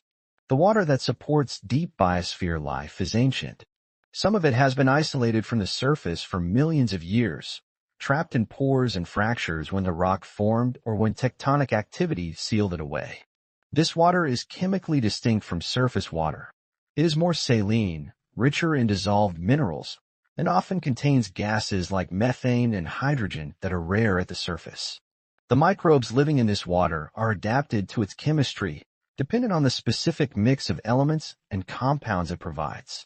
In 2019, scientists studying a copper and zinc mine in Canada found microbial life at a depth of 2.4 kilometers below the surface. The water at this depth was approximately 1.6 billion years old, sealed away from the surface since before multicellular life evolved. Yet the microbes in this water were alive, metabolically active, surviving on chemical energy alone. The discovery demonstrated that life can persist in isolation for geologic timescales, independent of the surface world. The deep biosphere is not evenly distributed. Microbes cluster in regions where conditions are favorable, where water is present, where reactive minerals provide chemical energy, where temperatures remain below the thermal limit for life. These hotspots of microbial activity are scattered throughout the crust, forming a patchy, three-dimensional ecosystem that extends downward as far as heat allows. The composition of the host rock matters. Microbes are more abundant in rocks that contain iron-rich minerals, because these minerals can react with water to produce hydrogen. Basalt, the volcanic rock that makes up oceanic crust, is particularly favorable for deep biosphere life because it is rich in olivine and pyroxene. Granite, which makes up much of the continental crust, is less reactive and supports fewer microbes. The fractures and pores within rock determine where water can flow and where microbes can live. Solid, unfractured rock is impermeable. Water cannot enter and life cannot exist. But most rock at depth is fractured to some degree, either by tectonic stress or by the cooling and contraction that occurs as rock solidifies. These fractures create pathways for water, and wherever water goes, microbes follow. The diversity of life in the deep biosphere is surprising. Scientists have identified thousands of distinct microbial species from deep samples, representing multiple domains of life. Bacteria and archaea dominate, but their metabolic strategies vary widely. Some are autotrophs, building organic molecules from carbon dioxide and other inorganic compounds. Others are heterotrophs, consuming organic matter that originated from other microbes. The deep biosphere contains entire food webs, ecosystems as complex as those at the surface, operating in darkness. These organisms have never been exposed to sunlight. They have evolved independently of the surface biosphere, adapting to pressures, temperatures, and chemical conditions that surface life never experiences. Some of them may represent ancient lineages, descendants of microbes that colonized the deep crust billions of years ago, before oxygen accumulated in the atmosphere. They are living fossils in a sense, preserving metabolic pathways that were common in Earth's early history but have since been replaced at the surface by more efficient, oxygen-based metabolism. The deep biosphere may also exist on other planets. Mars, which has a cold, dry surface and hospitable to life, may harbor microbial communities deep within its crust, where heat from the planet's interior keeps water liquid. Europa, Jupiter's moon, has a subsurface ocean beneath an ice shell, and its rocky interior may contain fractures where water and minerals interact, creating habitats for chemotrophic microbes. Understanding Earth's deep biosphere helps.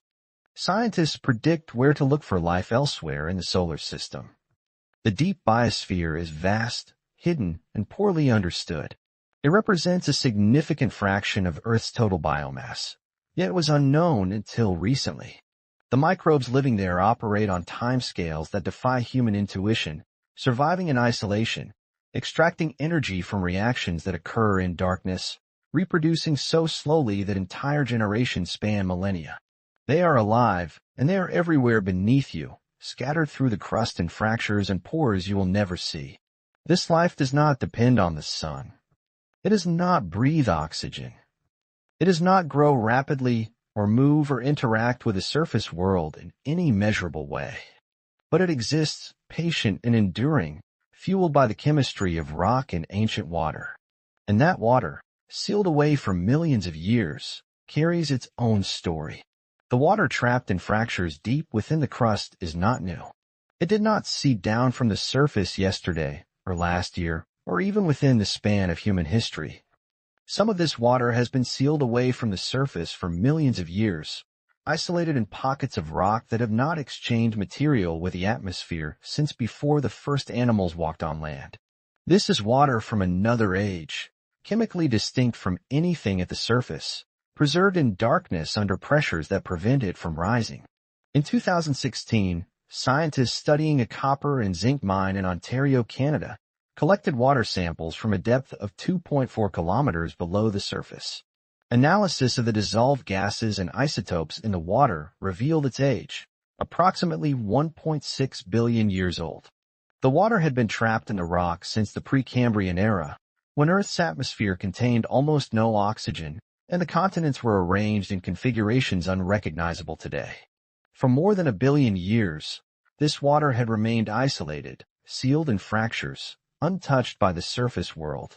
The age of the water was determined by measuring the concentrations of noble gases, helium, neon, argon, and xenon, dissolved in it. These gases accumulate over time from the decay of radioactive elements in the surrounding rock. Uranium and thorium decay into helium. Potassium decays into argon. By measuring the ratios of these gases and comparing them to the known decay rates of their parent elements, scientists can calculate how long the water has been isolated. The concentrations in the Canadian mine water were so high that only an age of more than a billion years could explain them.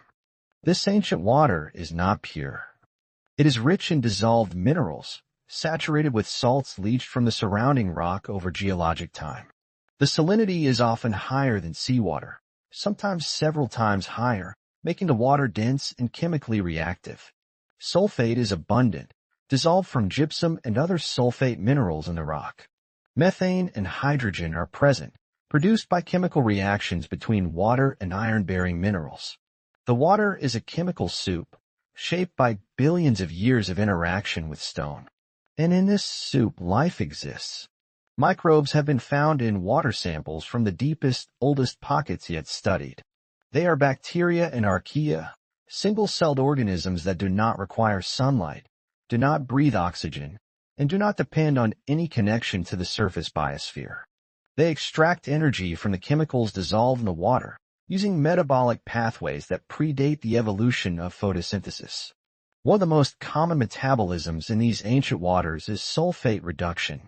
Sulfate-reducing bacteria use sulfate ions as an electron acceptor, much like surface organisms use oxygen. They transfer electrons from hydrogen or organic compounds to sulfate, extracting energy in the process and producing hydrogen sulfide as a waste product. The hydrogen sulfide accumulates in the water, giving it a characteristic smell if it is ever brought to the surface. This metabolism is ancient, one of the oldest forms of life on Earth. It evolved more than 3 billion years ago, before oxygen appeared in the atmosphere, when sulfate was one of the most abundant electron acceptors available. Sulfate-reducing bacteria thrived in Earth's early oceans, and when some of them were buried and isolated in the crust, they continued to thrive unchanged for billions of years. The microbes living in ancient water today may be descendants of those early colonizers, persisting in isolation since the Archean or Proterozoic eons. The metabolic rates of these microbes are extraordinarily slow. In the deep crust, where energy is scarce and nutrients diffuse through rock at rates measured in millimeters per year, growth is nearly imperceptible. A bacterial cell might divide once every century or once every 1,000 years, depending on the availability of resources. The population turnover time is so long that individual cells can persist for geological timescales, repairing damage to their DNA, maintaining their cellular machinery, but rarely reproducing. Time moves differently in the deep. On the surface, life operates on cycles of days and seasons, responding to the rhythms of sunlight and temperature. Plants grow in spring, animals migrate in winter, Ecosystems shift with the changing climate.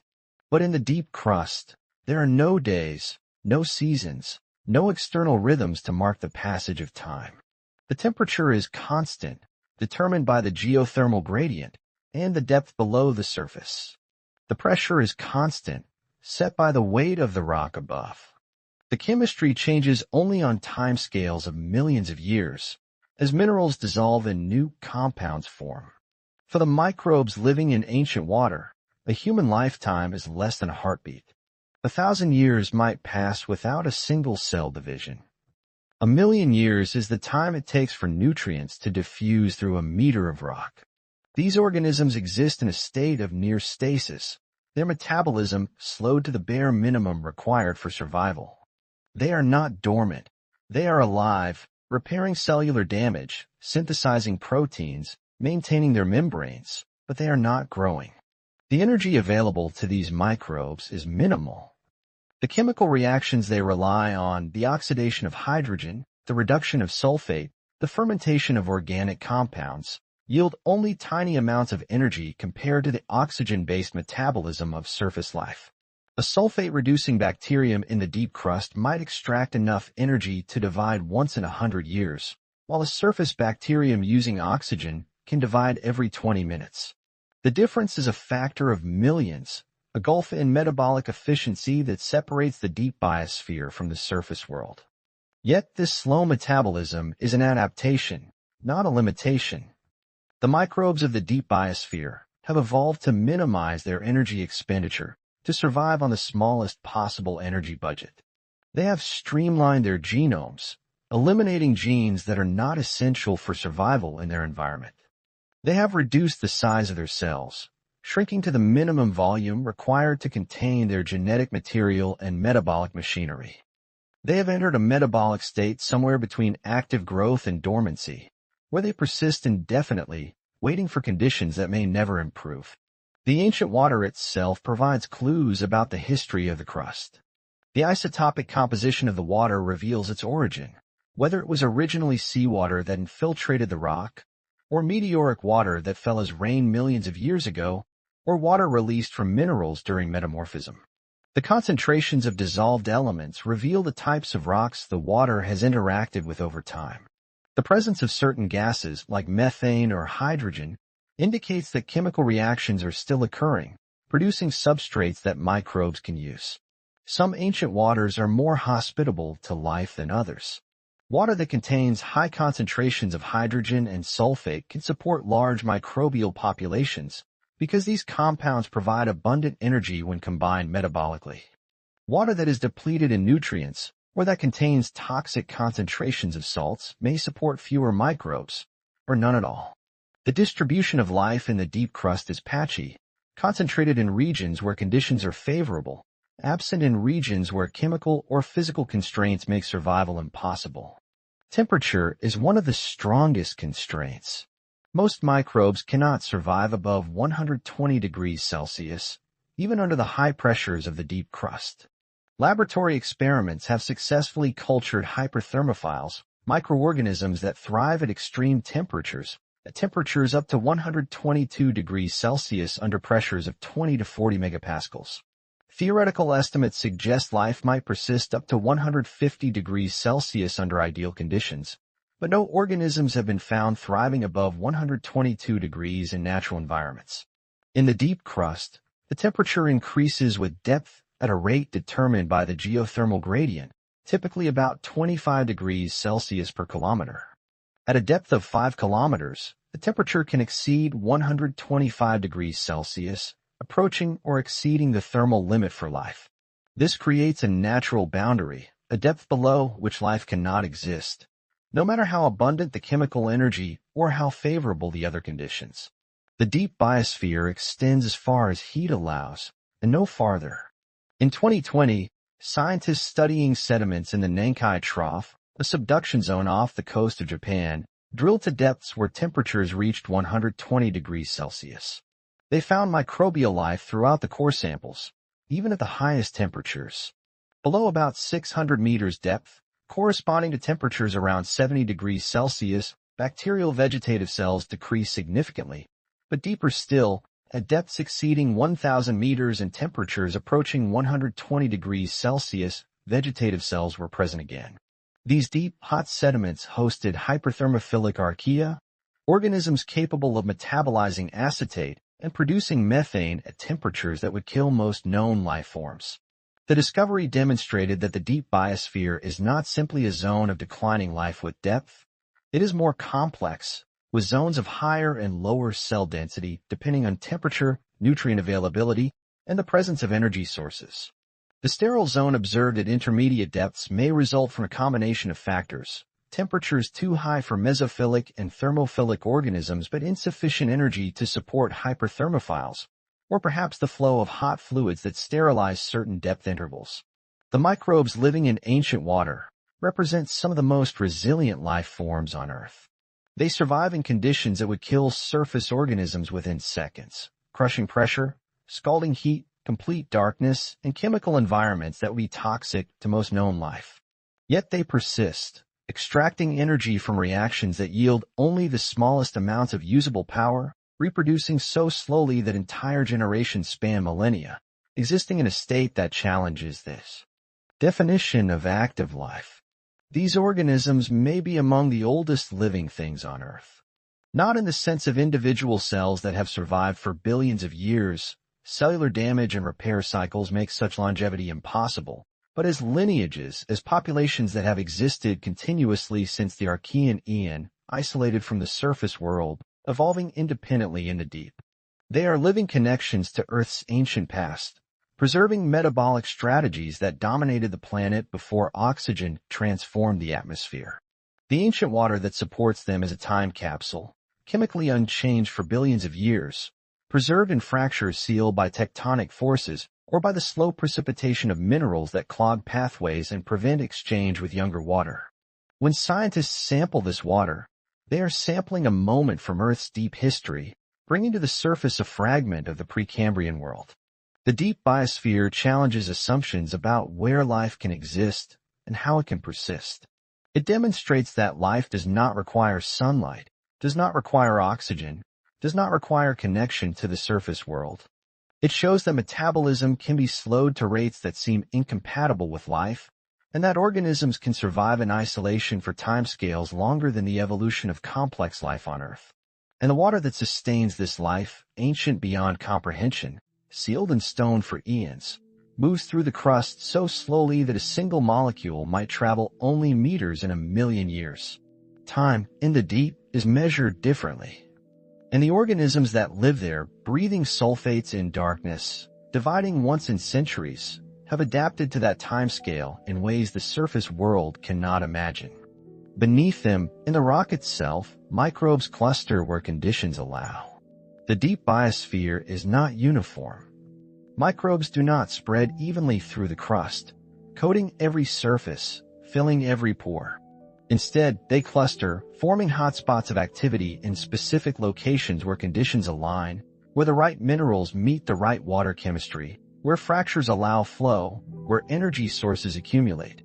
Between these hotspots lie vast expanses of rock where life is sparse or absent entirely, where conditions are too hostile or too barren to support metabolism. The distribution of microbial life in the deep crust is determined by the geology. Not all rocks are equally hospitable. Some minerals react readily with water, producing hydrogen and other compounds that microbes can use as energy sources. Other minerals are inert, chemically stable, offering no substrates for metabolism. The composition of the host rock dictates where life can thrive, creating a patchy, three-dimensional landscape of habitable and uninhabitable zones. Basalt, the dark volcanic rock that forms oceanic crust, is particularly favorable for deep biosphere life. It contains high concentrations of iron-rich minerals like olivine and pyroxene, which react with water in a process called serpentinization. This reaction produces hydrogen gas, one of the most important energy sources for deep subsurface microbes. When water infiltrates fractured basalt, it initiates these reactions, and where hydrogen is produced, microbial communities form. Scientists studying rocks brought up from deep boreholes have observed this pattern directly. Scanning electron microscopy reveals that microbial cells are not distributed randomly across rock surfaces. Instead, they cluster in biofilms, dense mats of cells anchored to specific mineral grains. These biofilms form preferentially on minerals that provide chemical energy: olivine, pyroxene, magnetite, and other iron-bearing phases. Adjacent minerals, chemically inert or lacking in reactive iron, remain nearly devoid of cells. The clustering is so pronounced that a single rock sample can contain regions of intense microbial activity, separated by only millimeters from regions where no cells can be detected. This microscale heterogeneity reflects the fundamental constraint governing life in the deep crust. Energy is scarce, and microbes must position themselves where that energy is most accessible. They cannot afford to colonize regions where the energetic cost of survival exceeds the energy available from the environment. Granite, which makes up much of the continental crust, is less hospitable than basalt.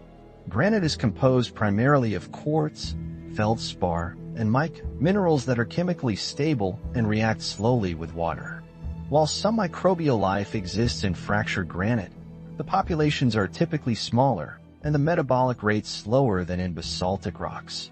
The difference lies in the availability of electron donors and acceptors, the chemical currency that powers microbial metabolism. Fractures and pores within rock determine where water can penetrate and where microbes can establish themselves. Solid, unfractured rock is impermeable. Water cannot enter, and without water, life cannot exist. But most rock at depth is fractured to some degree, cracked by tectonic stress, by cooling and contraction, or by chemical weathering. These fractures create pathways for fluid flow, and wherever water flows, it carries dissolved nutrients and creates the conditions for microbial colonization. The size and connectivity of fractures matter. Large, well-connected fractures allow water to circulate, bringing fresh nutrients and removing waste products. Small, isolated pores trap water, and the microbes living there must survive on whatever resources are available in that tiny volume. Over time, minerals precipitate from the water, sealing some fractures and opening others, constantly reshaping the habitat and forcing microbial populations to adapt or die. The chemical composition of water in the deep crust varies dramatically from one location to another, and these variations create distinct ecological niches. Water flowing through basalt becomes enriched in hydrogen and methane, supporting communities of hydrogen-oxidizing bacteria and methanogens. Water flowing through sulfate-rich sedimentary rocks becomes a habitat for sulfate-reducing bacteria. Water in contact with organic-rich shales may contain dissolved organic compounds that heterotrophic microbes can consume. Temperature gradients also create zonation. At shallow depths where temperatures are relatively cool, mesophilic bacteria, organisms that thrive at moderate temperatures, dominate the microbial communities. Deeper, where temperatures rise above 60 degrees Celsius, thermophilic bacteria and archaea take over. At the thermal limit, around 120 degrees Celsius, only hyperthermophilic archaea can survive, and even they exist at the edge of viability. The depth at which this thermal limit is reached depends on the geothermal gradient, which varies regionally. In tectonically active areas with high heat flow, temperatures may exceed 120 degrees Celsius at depths of only 3 kilometers. In stable continental interiors with low heat flow, habitable temperatures may persist to depths of 5 kilometers or more. The deep biosphere is thus deeper in some places than others, shaped by the thermal structure of the crust. Within habitable zones, microbial populations are densest where multiple favorable conditions overlap. A fracture in basalt filled with hydrogen-rich water at a temperature of 70 degrees Celsius may support cell densities thousands of times higher than a fracture in granite filled with nutrient-poor water at 100 degrees Celsius. These hotspots are the oases of the deep biosphere, regions where life is abundant enough to form visible biofilms, to cycle nutrients at measurable rates, to leave chemical signatures detectable in water samples. The microbes in these hotspots are not passive inhabitants. They actively modify their environment, accelerating the weathering of minerals, precipitating new minerals, altering the pH and redox state of the surrounding water. Sulfate-reducing bacteria produce hydrogen sulfide, which reacts with iron in the rock to form iron sulfide minerals like pyrite. Methanogens produce methane, which can accumulate in fractures or dissolve in water and migrate upward. Iron-oxidizing bacteria precipitate iron oxides, forming rusty coatings on rock surfaces. These microbial processes have been operating for billions of years, slowly transforming the chemistry of the deep crust. Ancient rocks sometimes contain mineral deposits that can only be explained by microbial activity. Stromatolite-like structures in deep fractures, banded iron formations in ancient seafloor basalt, isotopic signatures in carbon and sulfur that indicate biological processing. The deep biosphere has left its mark on the geologic record, though distinguishing biologically mediated mineral formation from purely abiotic processes remains challenging. Scientists study these hotspots by drilling into the crust and retrieving core samples. The drilling must be done carefully to avoid contamination. Surface microbes can easily infiltrate drilling fluid and colonize the core, creating false positives. Strict protocols are followed, using tracers to detect contamination, analyzing cores immediately after retrieval, comparing microbial communities in the cores to those in the drilling fluid. When done correctly, these studies reveal the true extent and diversity of deep subsurface life. Analysis of core samples shows that microbial diversity in the deep crust is surprisingly high. Thousands of distinct bacterial and archaeal species have been identified, representing dozens of major lineages.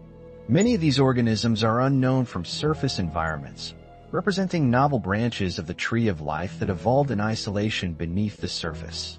Some may represent ancient lineages that colonized the deep crust billions of years ago and have remained there ever since, cut off from the surface biosphere. The discovery that microbes cluster in hotspots rather than spreading uniformly has implications for understanding the total biomass of the deep biosphere. Early estimates, which assumed relatively uniform distribution, may have overestimated the total number of cells. More recent estimates, based on detailed mapping of cell densities in relation to rock type and geochemistry, suggest a lower total biomass but higher degree of spatial organization. The deep biosphere is not a homogeneous layer of life. It is a collection of scattered communities, each adapted to local conditions. These communities are connected, however, by the slow flow of groundwater through the crust. Water that passes through one microbial hotspot carries with it dissolved compounds produced by microbial metabolism, hydrogen sulfide, methane, organic acids. When this water reaches another hotspot, those compounds can be consumed by different microbes, creating a linked ecosystem where the waste products of one community become the nutrients for another. This coupling of metabolic processes occurs over vast distances and timescales. Methane produced by microbes at a depth of 2 kilometers might migrate upward through fractures over millions of years, eventually reaching a shallower zone where methanotrophic bacteria consume it. Sulfate in seawater that infiltrated oceanic crust millions of years ago might be reduced to sulfide by bacteria deep in the crust, then transported laterally through fractures to a region where it precipitates as metal sulfides. The deep biosphere operates as a slow, interconnected system, with materials cycling between hotspots on geologic timescales. Understanding where life clusters in the deep crust also helps scientists predict where to look for life on other planets. Mars, which has a cold surface but a warm interior, may harbor microbial life in fractures several kilometers below the surface, particularly in regions where basaltic rocks are in contact with groundwater. Europa, Jupiter's moon with a subsurface ocean, may have microbial hotspots at the interface between its ocean and rocky core, where serpentinization reactions could produce hydrogen. The principles learned from studying Earth's deep biosphere, that life clusters where energy is available, that rock composition matters, that water is essential, apply to the search for life throughout the solar system. The hotspots of the deep biosphere are invisible from the surface. They do not announce themselves. They do not produce oxygen or alter the atmosphere. But they are there, scattered through the crust, forming dense mats of cells on reactive mineral grains, extracting energy from the slow weathering of rock, reproducing on timescales measured in centuries. They represent a significant fraction of Earth's total biomass, a hidden ecosystem that has existed for billions of years. And beneath these hotspots, deeper still, material cycles between the surface and the interior in a process that shapes the planet. Carbon moves through the crust and mantle, carried down by subducting plates, and returned to the surface through volcanoes. The deep biosphere plays a role in this cycle, transforming carbon in ways that connect the living world to the geologic world. The boundary between biology and geology blurs in the deep, where microbes weather rock and rock shapes the distribution of life. This exchange is not one way. It is a cycle, planetary in scale, operating for billions of years. Carbon does not stay at the surface. It does not remain in the atmosphere, or the oceans, or the biomass of living things indefinitely. Carbon moves through the Earth, carried downward by tectonic processes, transformed by heat and pressure, and eventually returned to the surface through volcanic eruptions. This circulation operates on timescales of hundreds of millions of years, connecting the surface world to the deep interior in a planetary scale cycle that has been operating since the planet formed. The familiar carbon cycle, the one taught in schools, describes how carbon moves between the atmosphere, oceans, and living organisms. Plants absorb carbon dioxide from the air through photosynthesis. Animals consume plants and release carbon dioxide through respiration, and decomposition returns carbon to the soil. This cycle operates on timescales of years to centuries, rapid enough that human activity can measurably alter it. But beneath this rapid surface cycle lies a slower, deeper circulation that involves the solid Earth itself. Carbon enters the mantle through subduction. When oceanic lithosphere sinks into the mantle at subduction zones, it carries with it carbon from several sources. Carbonate minerals precipitate from seawater onto the ocean floor, forming limestone and other sedimentary rocks rich in calcium carbonate. Organic matter, the remains of marine organisms, accumulates in ocean sediments, burying carbon that was once part of living tissue. And the basaltic crust itself contains carbon, incorporated into minerals during interactions with seawater. As the oceanic plate descends, this carbon is pulled deeper into the Earth. At shallow depths, some carbon is released as the slab heats up. Carbonate minerals break down under increasing temperature and pressure, releasing carbon dioxide that rises into the overlying mantle wedge. This carbon dioxide contributes to melting in the wedge, and the resulting magma rises to the surface, erupting at volcanic arcs, the chains of volcanoes that form parallel to subduction zones. Much of the carbon subducted at trenches is recycled back to the surface this way, never reaching the deep mantle. But not all carbon is released at shallow depths. Some remains in the slab as it descends past the volcanic arc, past the transition zone, into the lower mantle. This carbon is locked in high-pressure minerals that remain stable even at temperatures exceeding 1,000 degrees Celsius. Carbonate minerals transform into denser forms, and carbon may also be incorporated into other phases, diamonds, graphite, or dissolved in silicate melts. The carbon continues its descent, carried by the sinking slab toward the base of the mantle. At the core mantle boundary, nearly 3,000 kilometers below the surface, subducted slabs accumulate. Seismic imaging has revealed large masses of coal material piled at this depth, the remnants of slabs that have been sinking for hundreds of millions of years. These slabs are chemically distinct from the surrounding mantle, enriched in elements that were originally part of the oceanic crust, including carbon. They form a graveyard of ancient seafloor, a reservoir of subducted material that may remain at the base of the mantle for hundreds of millions of years before being entrained in upwelling currents and returned toward the surface. The return path for deep carbon is through mantle plumes and volcanic activity. Hot mantle rock rising from the core mantle boundary carries with it trace amounts of carbon. As this rock ascends and decompresses, it begins to melt partially, and the carbon is concentrated in the melt. When the melt reaches the surface, it erupts, releasing carbon dioxide into the atmosphere. Volcanic eruptions at mid-ocean ridges at hotspots like Hawaii and Iceland, and the volcanic arcs all contribute to this return flux of carbon from the deep Earth. The amount of carbon stored in the mantle is vast, far exceeding the amount in the atmosphere, oceans and biosphere combined. Estimates suggest the mantle contains tens of thousands of gigatons of carbon, though the exact amount is uncertain because sampling the deep mantle directly is impossible. Most of this carbon is in the form of carbonate minerals and carbon dissolved in silicate minerals. A smaller fraction exists as diamonds, which form under high pressure and are sometimes brought to the surface in volcanic eruptions. The deep biosphere plays a role in the carbon cycle, though its contribution is small compared to the fluxes driven by plate tectonics. Microbes in the deep crust consume and produce carbon-bearing compounds, transforming carbon between organic and inorganic forms. Methanogens produce methane from carbon dioxide and hydrogen, converting inorganic carbon into a form that can be used by other microbes or that can migrate upward through fractures. Methanotrophs consume methane, oxidizing it back to carbon dioxide. Heterotrophic bacteria consume organic matter, respiring carbon that was originally fixed by photosynthesis at the surface. These microbial processes occur at extremely slow rates in the deep crust, where energy is scarce since cell division times are measured in centuries.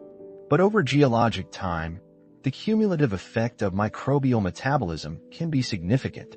Microbes alter the isotopic composition of carbon in deep groundwater, leaving signatures that geochemists use to trace the movement of carbon through the crust. They produce methane that accumulates in fractures, sometimes forming natural gas deposits that are later exploited as energy resources. And they consume organic carbon that would otherwise remain buried, slowly mineralizing it and releasing it as carbon dioxide. The boundary between the biotic and abiotic carbon cycles is blurred in the deep crust. Microbes catalyze reactions that could occur without them, but at much slower rates. The production of methane from carbon dioxide and hydrogen, for example, can occur abiotically through chemical reactions between minerals and water, but methanogenic archaea accelerate this process by orders of magnitude. Similarly, the oxidation of methane to carbon dioxide can occur through purely chemical pathways, but methanotrophic bacteria make it happen faster. The deep biosphere acts as a biological catalyst, speeding up carbon transformations that would occur anyway, but on timescales too slow to matter for most geological processes. On longer timescales, the carbon cycle is regulated by the balance between subduction, which removes carbon from the surface, and volcanism, which returns it. If subduction were to stop, volcanic outgassing would continue, and carbon dioxide would accumulate in the atmosphere, warming the planet. If volcanism were to stop, subduction would continue to remove carbon from the surface, and atmospheric carbon dioxide would decline, cooling the planet. Over Earth's history, this balance has shifted, leading to periods of high atmospheric carbon dioxide and warm climates, and periods of low carbon dioxide and cold climates, including global glaciations. The rate at which carbon is subducted depends on the rate of seafloor spreading and the amount of carbon stored in oceanic crust and sediments. When seafloor spreading is rapid, more oceanic crust is produced, and more carbon is eventually subducted. When carbonate sediments are thick, as they are in regions with high biological productivity, more carbon is carried into the mantle. The rate at which carbon is returned to the surface depends on the level of volcanic activity, which is controlled by the heat flux from the mantle and the dynamics of plate tectonics. Over the past few hundred million years, the carbon cycle has been relatively stable, with subduction and volcanism roughly balanced. Atmospheric carbon dioxide has varied, but within bounds that have allowed complex life to persist. But earlier in Earth's history, the carbon cycle may have been more volatile. During the Hadean and Archean eons, when the planet was hotter and volcanism was more intense, carbon dioxide levels may have been much higher, creating a thick atmosphere that insulated the young Earth against a dimmer Sunday. As the planet cooled and plate tectonics became established, the carbon cycle stabilized, allowing the atmosphere to evolve toward its present composition. The deep carbon cycle connects the surface world to the interior in ways that shape the habitability of the planet. Without volcanism returning carbon to the atmosphere, photosynthesis would eventually deplete atmospheric carbon dioxide and plant life would cease. Without subduction removing carbon from the surface, volcanic outgassing would cause carbon dioxide to accumulate, creating a runaway greenhouse effect like that on Venus. The balance between these processes, regulated by plate tectonics, has maintained Earth's climate within habitable bounds for billions of years. This balance is not perfect or static. Atmospheric carbon dioxide has varied by an order of magnitude over the past 500 million years, driven by changes in volcanic activity, the formation and erosion of mountain ranges, and the burial of organic carbon in sediments. During the Carboniferous period, about 300 million years ago, vast forests grew and were buried, locking carbon in coal deposits and causing atmospheric carbon dioxide to decline. The planet cooled and glaciers expanded. During the Cretaceous period, about 100 million years ago, volcanic activity was intense and carbon dioxide levels were high, creating a hothouse climate with no polar ice. Human activity is now perturbing the carbon cycle at rates unprecedented in recent Earth history. The burning of fossil fuels, coal, oil, and natural gas formed from ancient organic matter, is releasing carbon that was removed from the atmosphere hundreds of millions of years ago. This carbon is being added to the atmosphere faster than natural processes can remove it, causing atmospheric carbon dioxide to rise and the climate to warm. The deep carbon cycle operates too slowly to respond on human timescales. The subduction of carbon occurs over millions of years, far too slow to counteract the rapid emissions from fossil fuel combustion. The planet breathes slowly. Carbon moves from the atmosphere to the oceans to the seafloor, is carried into the mantle by subducting plates, resides in the deep earth for hundreds of millions of years, and is eventually returned to the surface through volcanic eruptions. This circulation is invisible to the surface world, operating on timescales so long that no human civilization has witnessed a complete cycle. But it is ongoing, patient, and essential to the planet's long-term habitability. The deep biosphere participates in this cycle in small ways, transforming carbon in fractures and pores within the crust, producing methane that sometimes escapes to the surface, consuming organic matter that would otherwise remain buried. The microbes of the deep crust are connected to the global carbon cycle, part of a system that spans from the atmosphere to the core mantle boundary. They are small, slow, and hidden, but they are part of the planetary machinery that regulates carbon over geologic time. Beneath the carbon cycle, beneath the deep biosphere, beneath the subducting slabs and rising plumes, lies another discovery, a layer of partially molten rock that helps explain how tectonic plates can glide so smoothly across the mantle. This layer, hidden within the asthenosphere, was unknown until recently. It represents a softness beneath the solid, a weakness that allows the lithosphere to move. And it is the subject of the next ascent. The asthenosphere is not uniform in its weakness. For decades, scientists knew that this layer beneath the lithosphere was mechanically softer than the rigid plates above it, allowing tectonic plates to move. Seismic waves slowed as they passed through it, indicating that the rock was close to its melting point, perhaps containing small amounts of partial melt distributed throughout the solid matrix. But in 2023, researchers made a discovery that changed this understanding. They identified a previously unknown layer of partially molten rock within the asthenosphere itself, located about 100 miles beneath the surface. This layer is not continuous across the entire planet. It appears in patches, varying in thickness and distribution depending on local temperatures and pressures. Where it exists, seismic waves slow dramatically, indicating the presence of liquid rock dispersed within the solid mantle.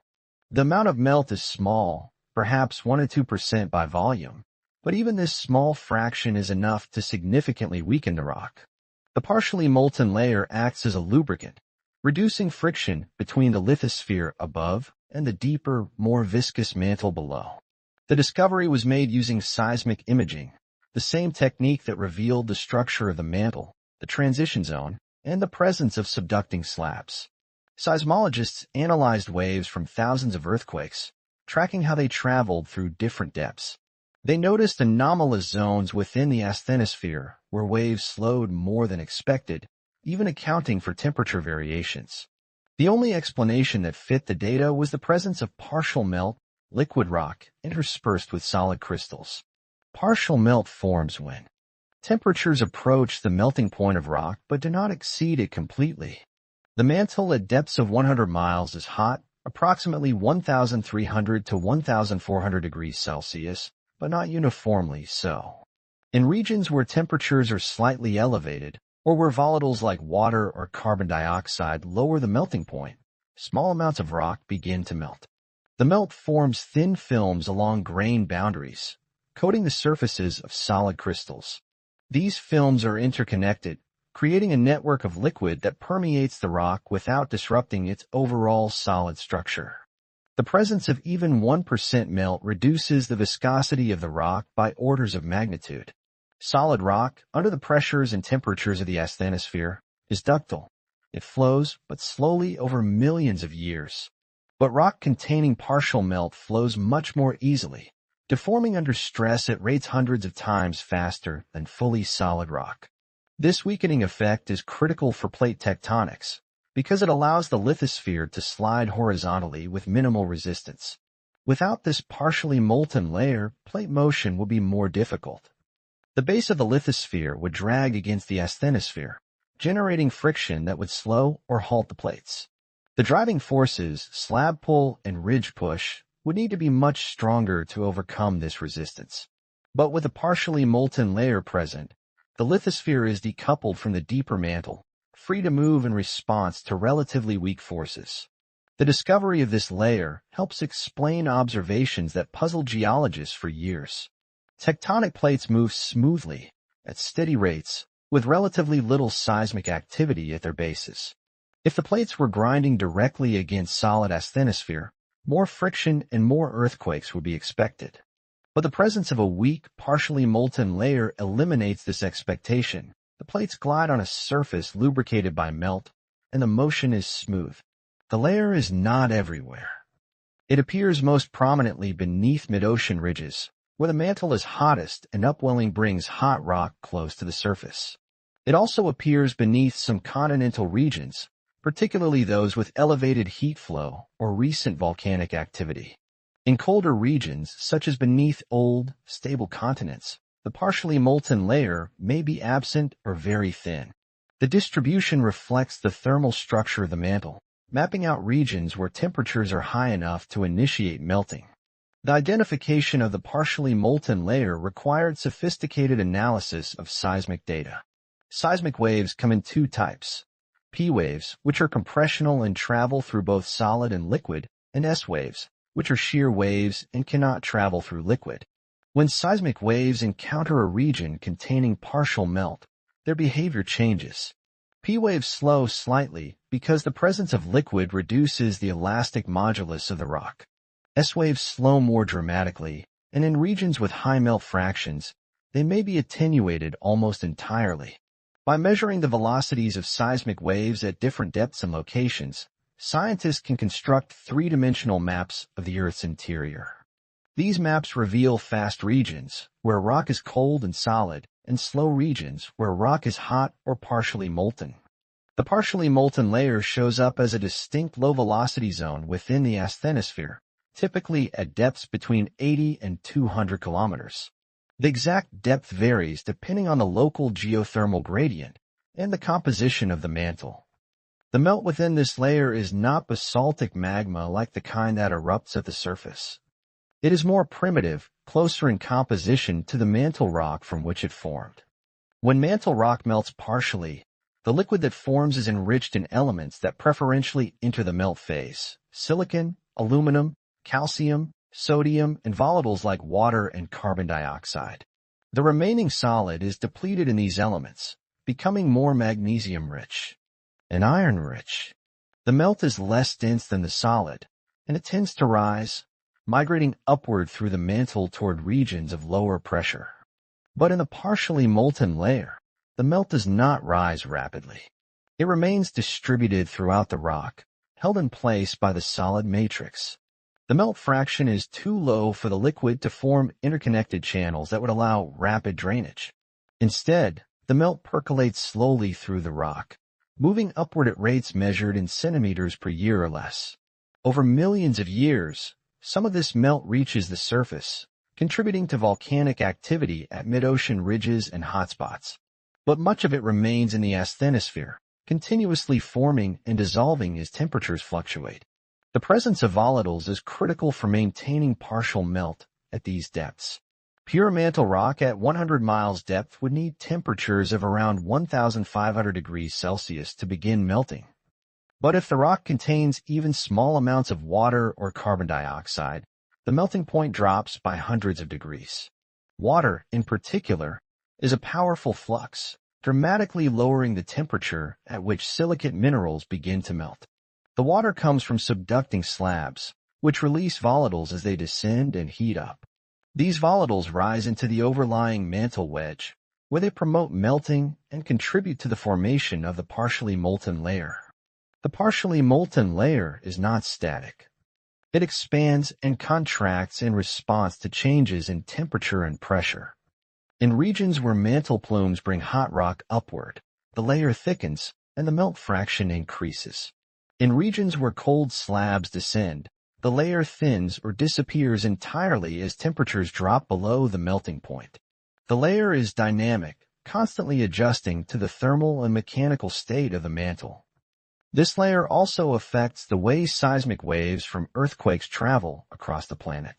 Waves that pass through the partially molten layer are delayed, arriving at seismic stations later than expected.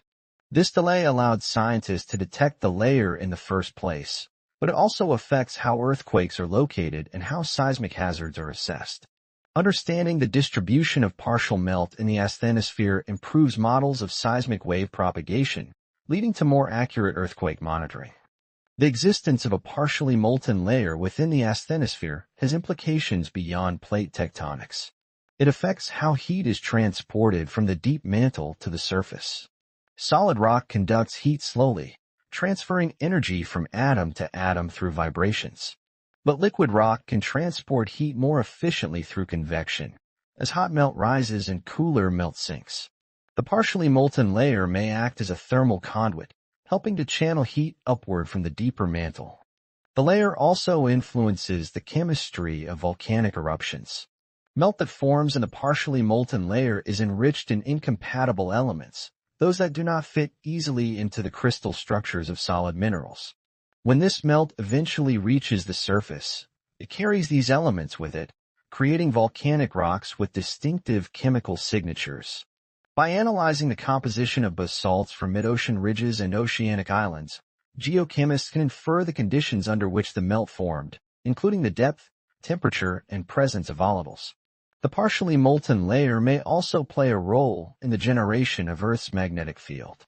While magnetic field is primarily generated in the liquid outer core, the motion of conductive material in the mantle can influence the field structure. The partially molten layer, containing liquid rock with dissolved ions, is electrically conductive, and its flow could contribute to small-scale magnetic anomalies detected at the surface. This connection between the asthenosphere and the magnetic field is still being explored, but it highlights the interconnected nature of Earth's interior processes. Understanding the partially molten layer helps scientists predict how plate tectonics might operate on other planets. Mars, which is smaller and cooler than Earth, may have had plate tectonics early in its history when the interior was hotter. If a partially molten layer existed beneath the Martian lithosphere, it could have facilitated plate motion. The cessation of plate tectonics on Mars may have occurred when the planet cooled enough that the partially molten layer solidified, locking the lithosphere in place. Venus, similar in size to Earth but with a much hotter surface, does not currently have plate tectonics. The absence of a partially molten layer, or perhaps the presence of a very thick lithosphere that cannot decouple from the mantle, may explain why Venus's surface does not show evidence of moving plates. Comparative planetology, informed by discoveries like the partially molten layer in Earth's asthenosphere, helps scientists understand why some planets have active tectonics and others do not. The partially molten layer is a reminder that the Earth beneath you is not simple, not uniform, not fully understood. Even after centuries of studying earthquakes, drilling into the crust, and analyzing volcanic rocks, new features are still being discovered. The layer was always there, hidden at depths of 100 miles, reducing friction, allowing plates to glide, shaping the surface world in ways no one suspected until recently. Beneath the solid, There is softness. Beneath the rigid lithosphere, beneath the flowing asthenosphere, there is a layer where rock is neither fully solid nor fully liquid, but something in between, a zone of weakness that makes plate tectonics possible. And this softness, this hidden lubrication, has been operating for billions of years, allowing continents to drift, oceans to open and close, mountains to rise and erode. The discovery changes nothing about the surface world, but it changes everything about how scientists understand the machinery beneath it. You have descended through layers of Earth that few will ever know. You have crossed the moho, where the crust gives way to the mantle, where seismic waves speed up and minerals become denser. You have moved through the rigid lithosphere and the flowing asthenosphere, understanding how solid rock can move over geologic time. You have passed through the transition zone, where olivine transforms into wadsleyite and ringwoodite under crushing pressure, and where water is stored in quantities that rival the oceans above. You have encountered life in darkness, microbes surviving in ancient water sealed away for billions of years, breathing chemicals instead of air, dividing once in centuries. And now, as you pause at this depth, you understand something fundamental about the planet beneath you. It is not static. It is not lifeless. It is not separate from the surface world. Everything is connected: the atmosphere, the oceans, the crust, the mantle, the core, all linked by processes that operate on timescales longer than human comprehension. Carbon cycles from the surface to the mantle and back through volcanoes. Water descends with subducting plates and rises with mantle plumes. Heat flows from the core toward the surface, driving convection that moves continents. The ground beneath you is patient. It does not rush. A centimeter of movement each year, accumulated over millions of years, opens oceans and builds mountains. The asthenosphere flows so slowly that if you could watch it, you would see nothing. Yet over 10 million years, rock travels hundreds of kilometers. The mantle convects, carrying heat from the deep interior toward the surface, but a single convection cycle takes 50 million years to complete. This is the time scale of the deep Earth, not hours or days, but epochs and eons. The partially molten layer you learn about, discovered only recently, lubricates the base of the lithosphere, allowing tectonic plates to glide with minimal friction.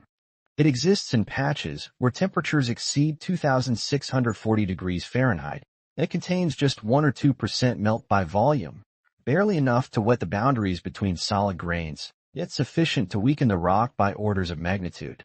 This thin zone of weakness, distributed globally at depths around 100 miles, makes plate tectonics possible. Without it, the lithosphere would be locked in place, and Earth would be a static planet like Mars, where tectonic activity ceased billions of years ago. The stillness you feel is not absence, it is presence slowed down. The microbes in the deep biosphere are alive, but they metabolize so slowly that a single generation spans centuries. The water trapped in fractures has been isolated for billions of years, yet it still supports life, still reacts with minerals, still moves through rock at rates measured in millimeters per millennium. The mantle convects, subducting slabs descend, plumes rise from the core mantle boundary, but all of this happens so gradually that from a human perspective, it appears motionless. Yet this slowness is what sustains the surface world. If the mantle convected rapidly, if plates moved meters per year instead of centimeters, the surface would be uninhabitable, racked by constant earthquakes and volcanic eruptions. If the deep biosphere metabolized quickly, consuming all available chemical energy in years instead of millennia, the subsurface would be depleted, sterile. The slowness is not a limitation. It is a feature, a characteristic that allows complex systems to persist for billions of years. The Earth beneath you has been operating this way for more than 4 billion years. Plate tectonics may have begun shortly after the planet formed, or perhaps a billion years later. The evidence is ambiguous, debated among geologists. But once it started, it has continued, reshaping the surface, recycling crust, regulating the atmosphere, creating the conditions necessary for life. The deep biosphere has existed for at least 3 billion years, perhaps longer, colonizing the crust as soon as temperatures drop below the thermal limit for life. These systems are ancient, resilient, and self-regulating. The transition zone, with its water-bearing minerals, may have acted as a reservoir for billions of years, absorbing water during periods of intense subduction and releasing it during periods of volcanic activity. This regulation may have prevented Earth from losing all its surface water to space or from drowning under oceans too deep to leave any land exposed. The balance is delicate, but it has held for most of Earth's history. The carbon cycle, too, has maintained atmospheric carbon dioxide within bounds that allowed life to persist. When volcanic activity was intense, carbon dioxide accumulated, warming the planet. When subduction accelerated, carbon was removed from the surface, cooling the climate. Over hundreds of millions of years, these fluctuations averaged out, keeping the planet habitable. The deep Earth breathes slowly, but it breathes. You are resting now at a depth where the temperature is high but not unbearable, where the pressure is immense but stable, where rock is solid but capable of flow.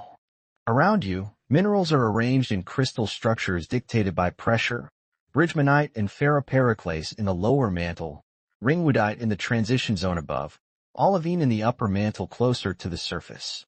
Each mineral exists only within a specific range of depths, transforming when pressure or temperature pushes it beyond its stability field. The mantle is layered not by composition. The chemistry is nearly uniform, but by structure, by the way atoms pack together under increasing weight. Above you, kilometers of rock press downward. You do not feel crushed. The pressure is equal in all directions, and the rock around you supports the load. Below you, the mantle extends another 2,000 kilometers to the outer core, and beyond that lies the inner core, a sphere of solid iron at the center of the planet. You are suspended within the mantle, surrounded by rock that has been slowly circulating for billions of years, rock that may have been at the surface once, subducted, descended to the core mantle boundary, and risen again. The stillness here is profound. There are no sounds. Seismic waves pass through occasionally, traveling from distant earthquakes, but they are imperceptible except to instruments designed to detect them. There is no light. You are far beyond the depth where any photon from the surface could penetrate. There is no motion you could see. The convection that drives everything happens too slowly to observe directly. Yet this is not emptiness. This is the engine room of the planet, where heat is stored, where forces accumulate, where the processes that shape continents and regulate climate operate in silence. And now it is time to return. Not quickly, not with urgency, but with the same patience that governs everything here. You rise through the mantle, passing back through the transition zone where ringwoodite holds water in its crystal structure, where subducted slabs sometimes stall before penetrating deeper. You cross the 410-kilometer discontinuity, where minerals transform and seismic waves speed up. You pass through the asthenosphere, that zone of weakness where partial melt lubricates the base of the lithosphere, allowing continents to drift. You enter the lithosphere, the rigid shell that includes the crust and uppermost mantle, broken into plates that have been moving for billions of years. You pass through regions where microbes cling to mineral grains, extracting energy from the weathering of rock, reproducing on timescales longer than human civilizations. You cross fractures filled with ancient water, sealed away for millions of years, supporting life that has never seen the sun.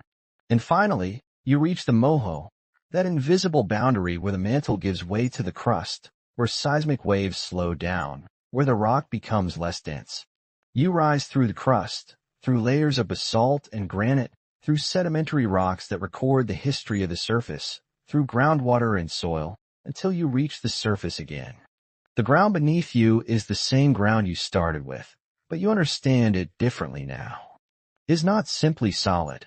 It is layered, dynamic, alive in ways the surface cannot see. It moves slowly, convecting over millions of years, cycling carbon and water between the surface and the deep interior. It supports life not only at the surface but deep within, in fractures and pores where microbes extract energy from chemistry alone. The planet is patient. It operates on timescales you cannot directly perceive, but the evidence is everywhere. In the slow opening of ocean basins, in the gradual rise of mountains, in the volcanic eruptions that return deep carbon to the atmosphere. The stillness you feel when you stand on solid ground is an illusion. Beneath you, everything is moving, everything is connected, everything is part of a system that has been operating for billions of years and will continue for billions more. You have traveled deep into the earth, through kilometers of rock and hidden water and ancient life, and you have returned. The journey was not measured in distance alone, but in understanding that the planet beneath you is not separate from you, that the processes operating in silence below shape the world you live in, that the ground is not still but slow, not lifeless but patient. The earth holds its secrets quietly. The water locked in ringwoodite, the microbes breathing sulfates in darkness, the partially molten layer that allows continents to drift. All of these exist beyond reach, beyond sight, yet they are there. And now you know they are there. Rest now, knowing that beneath you, the planet continues its slow work, patient and immense.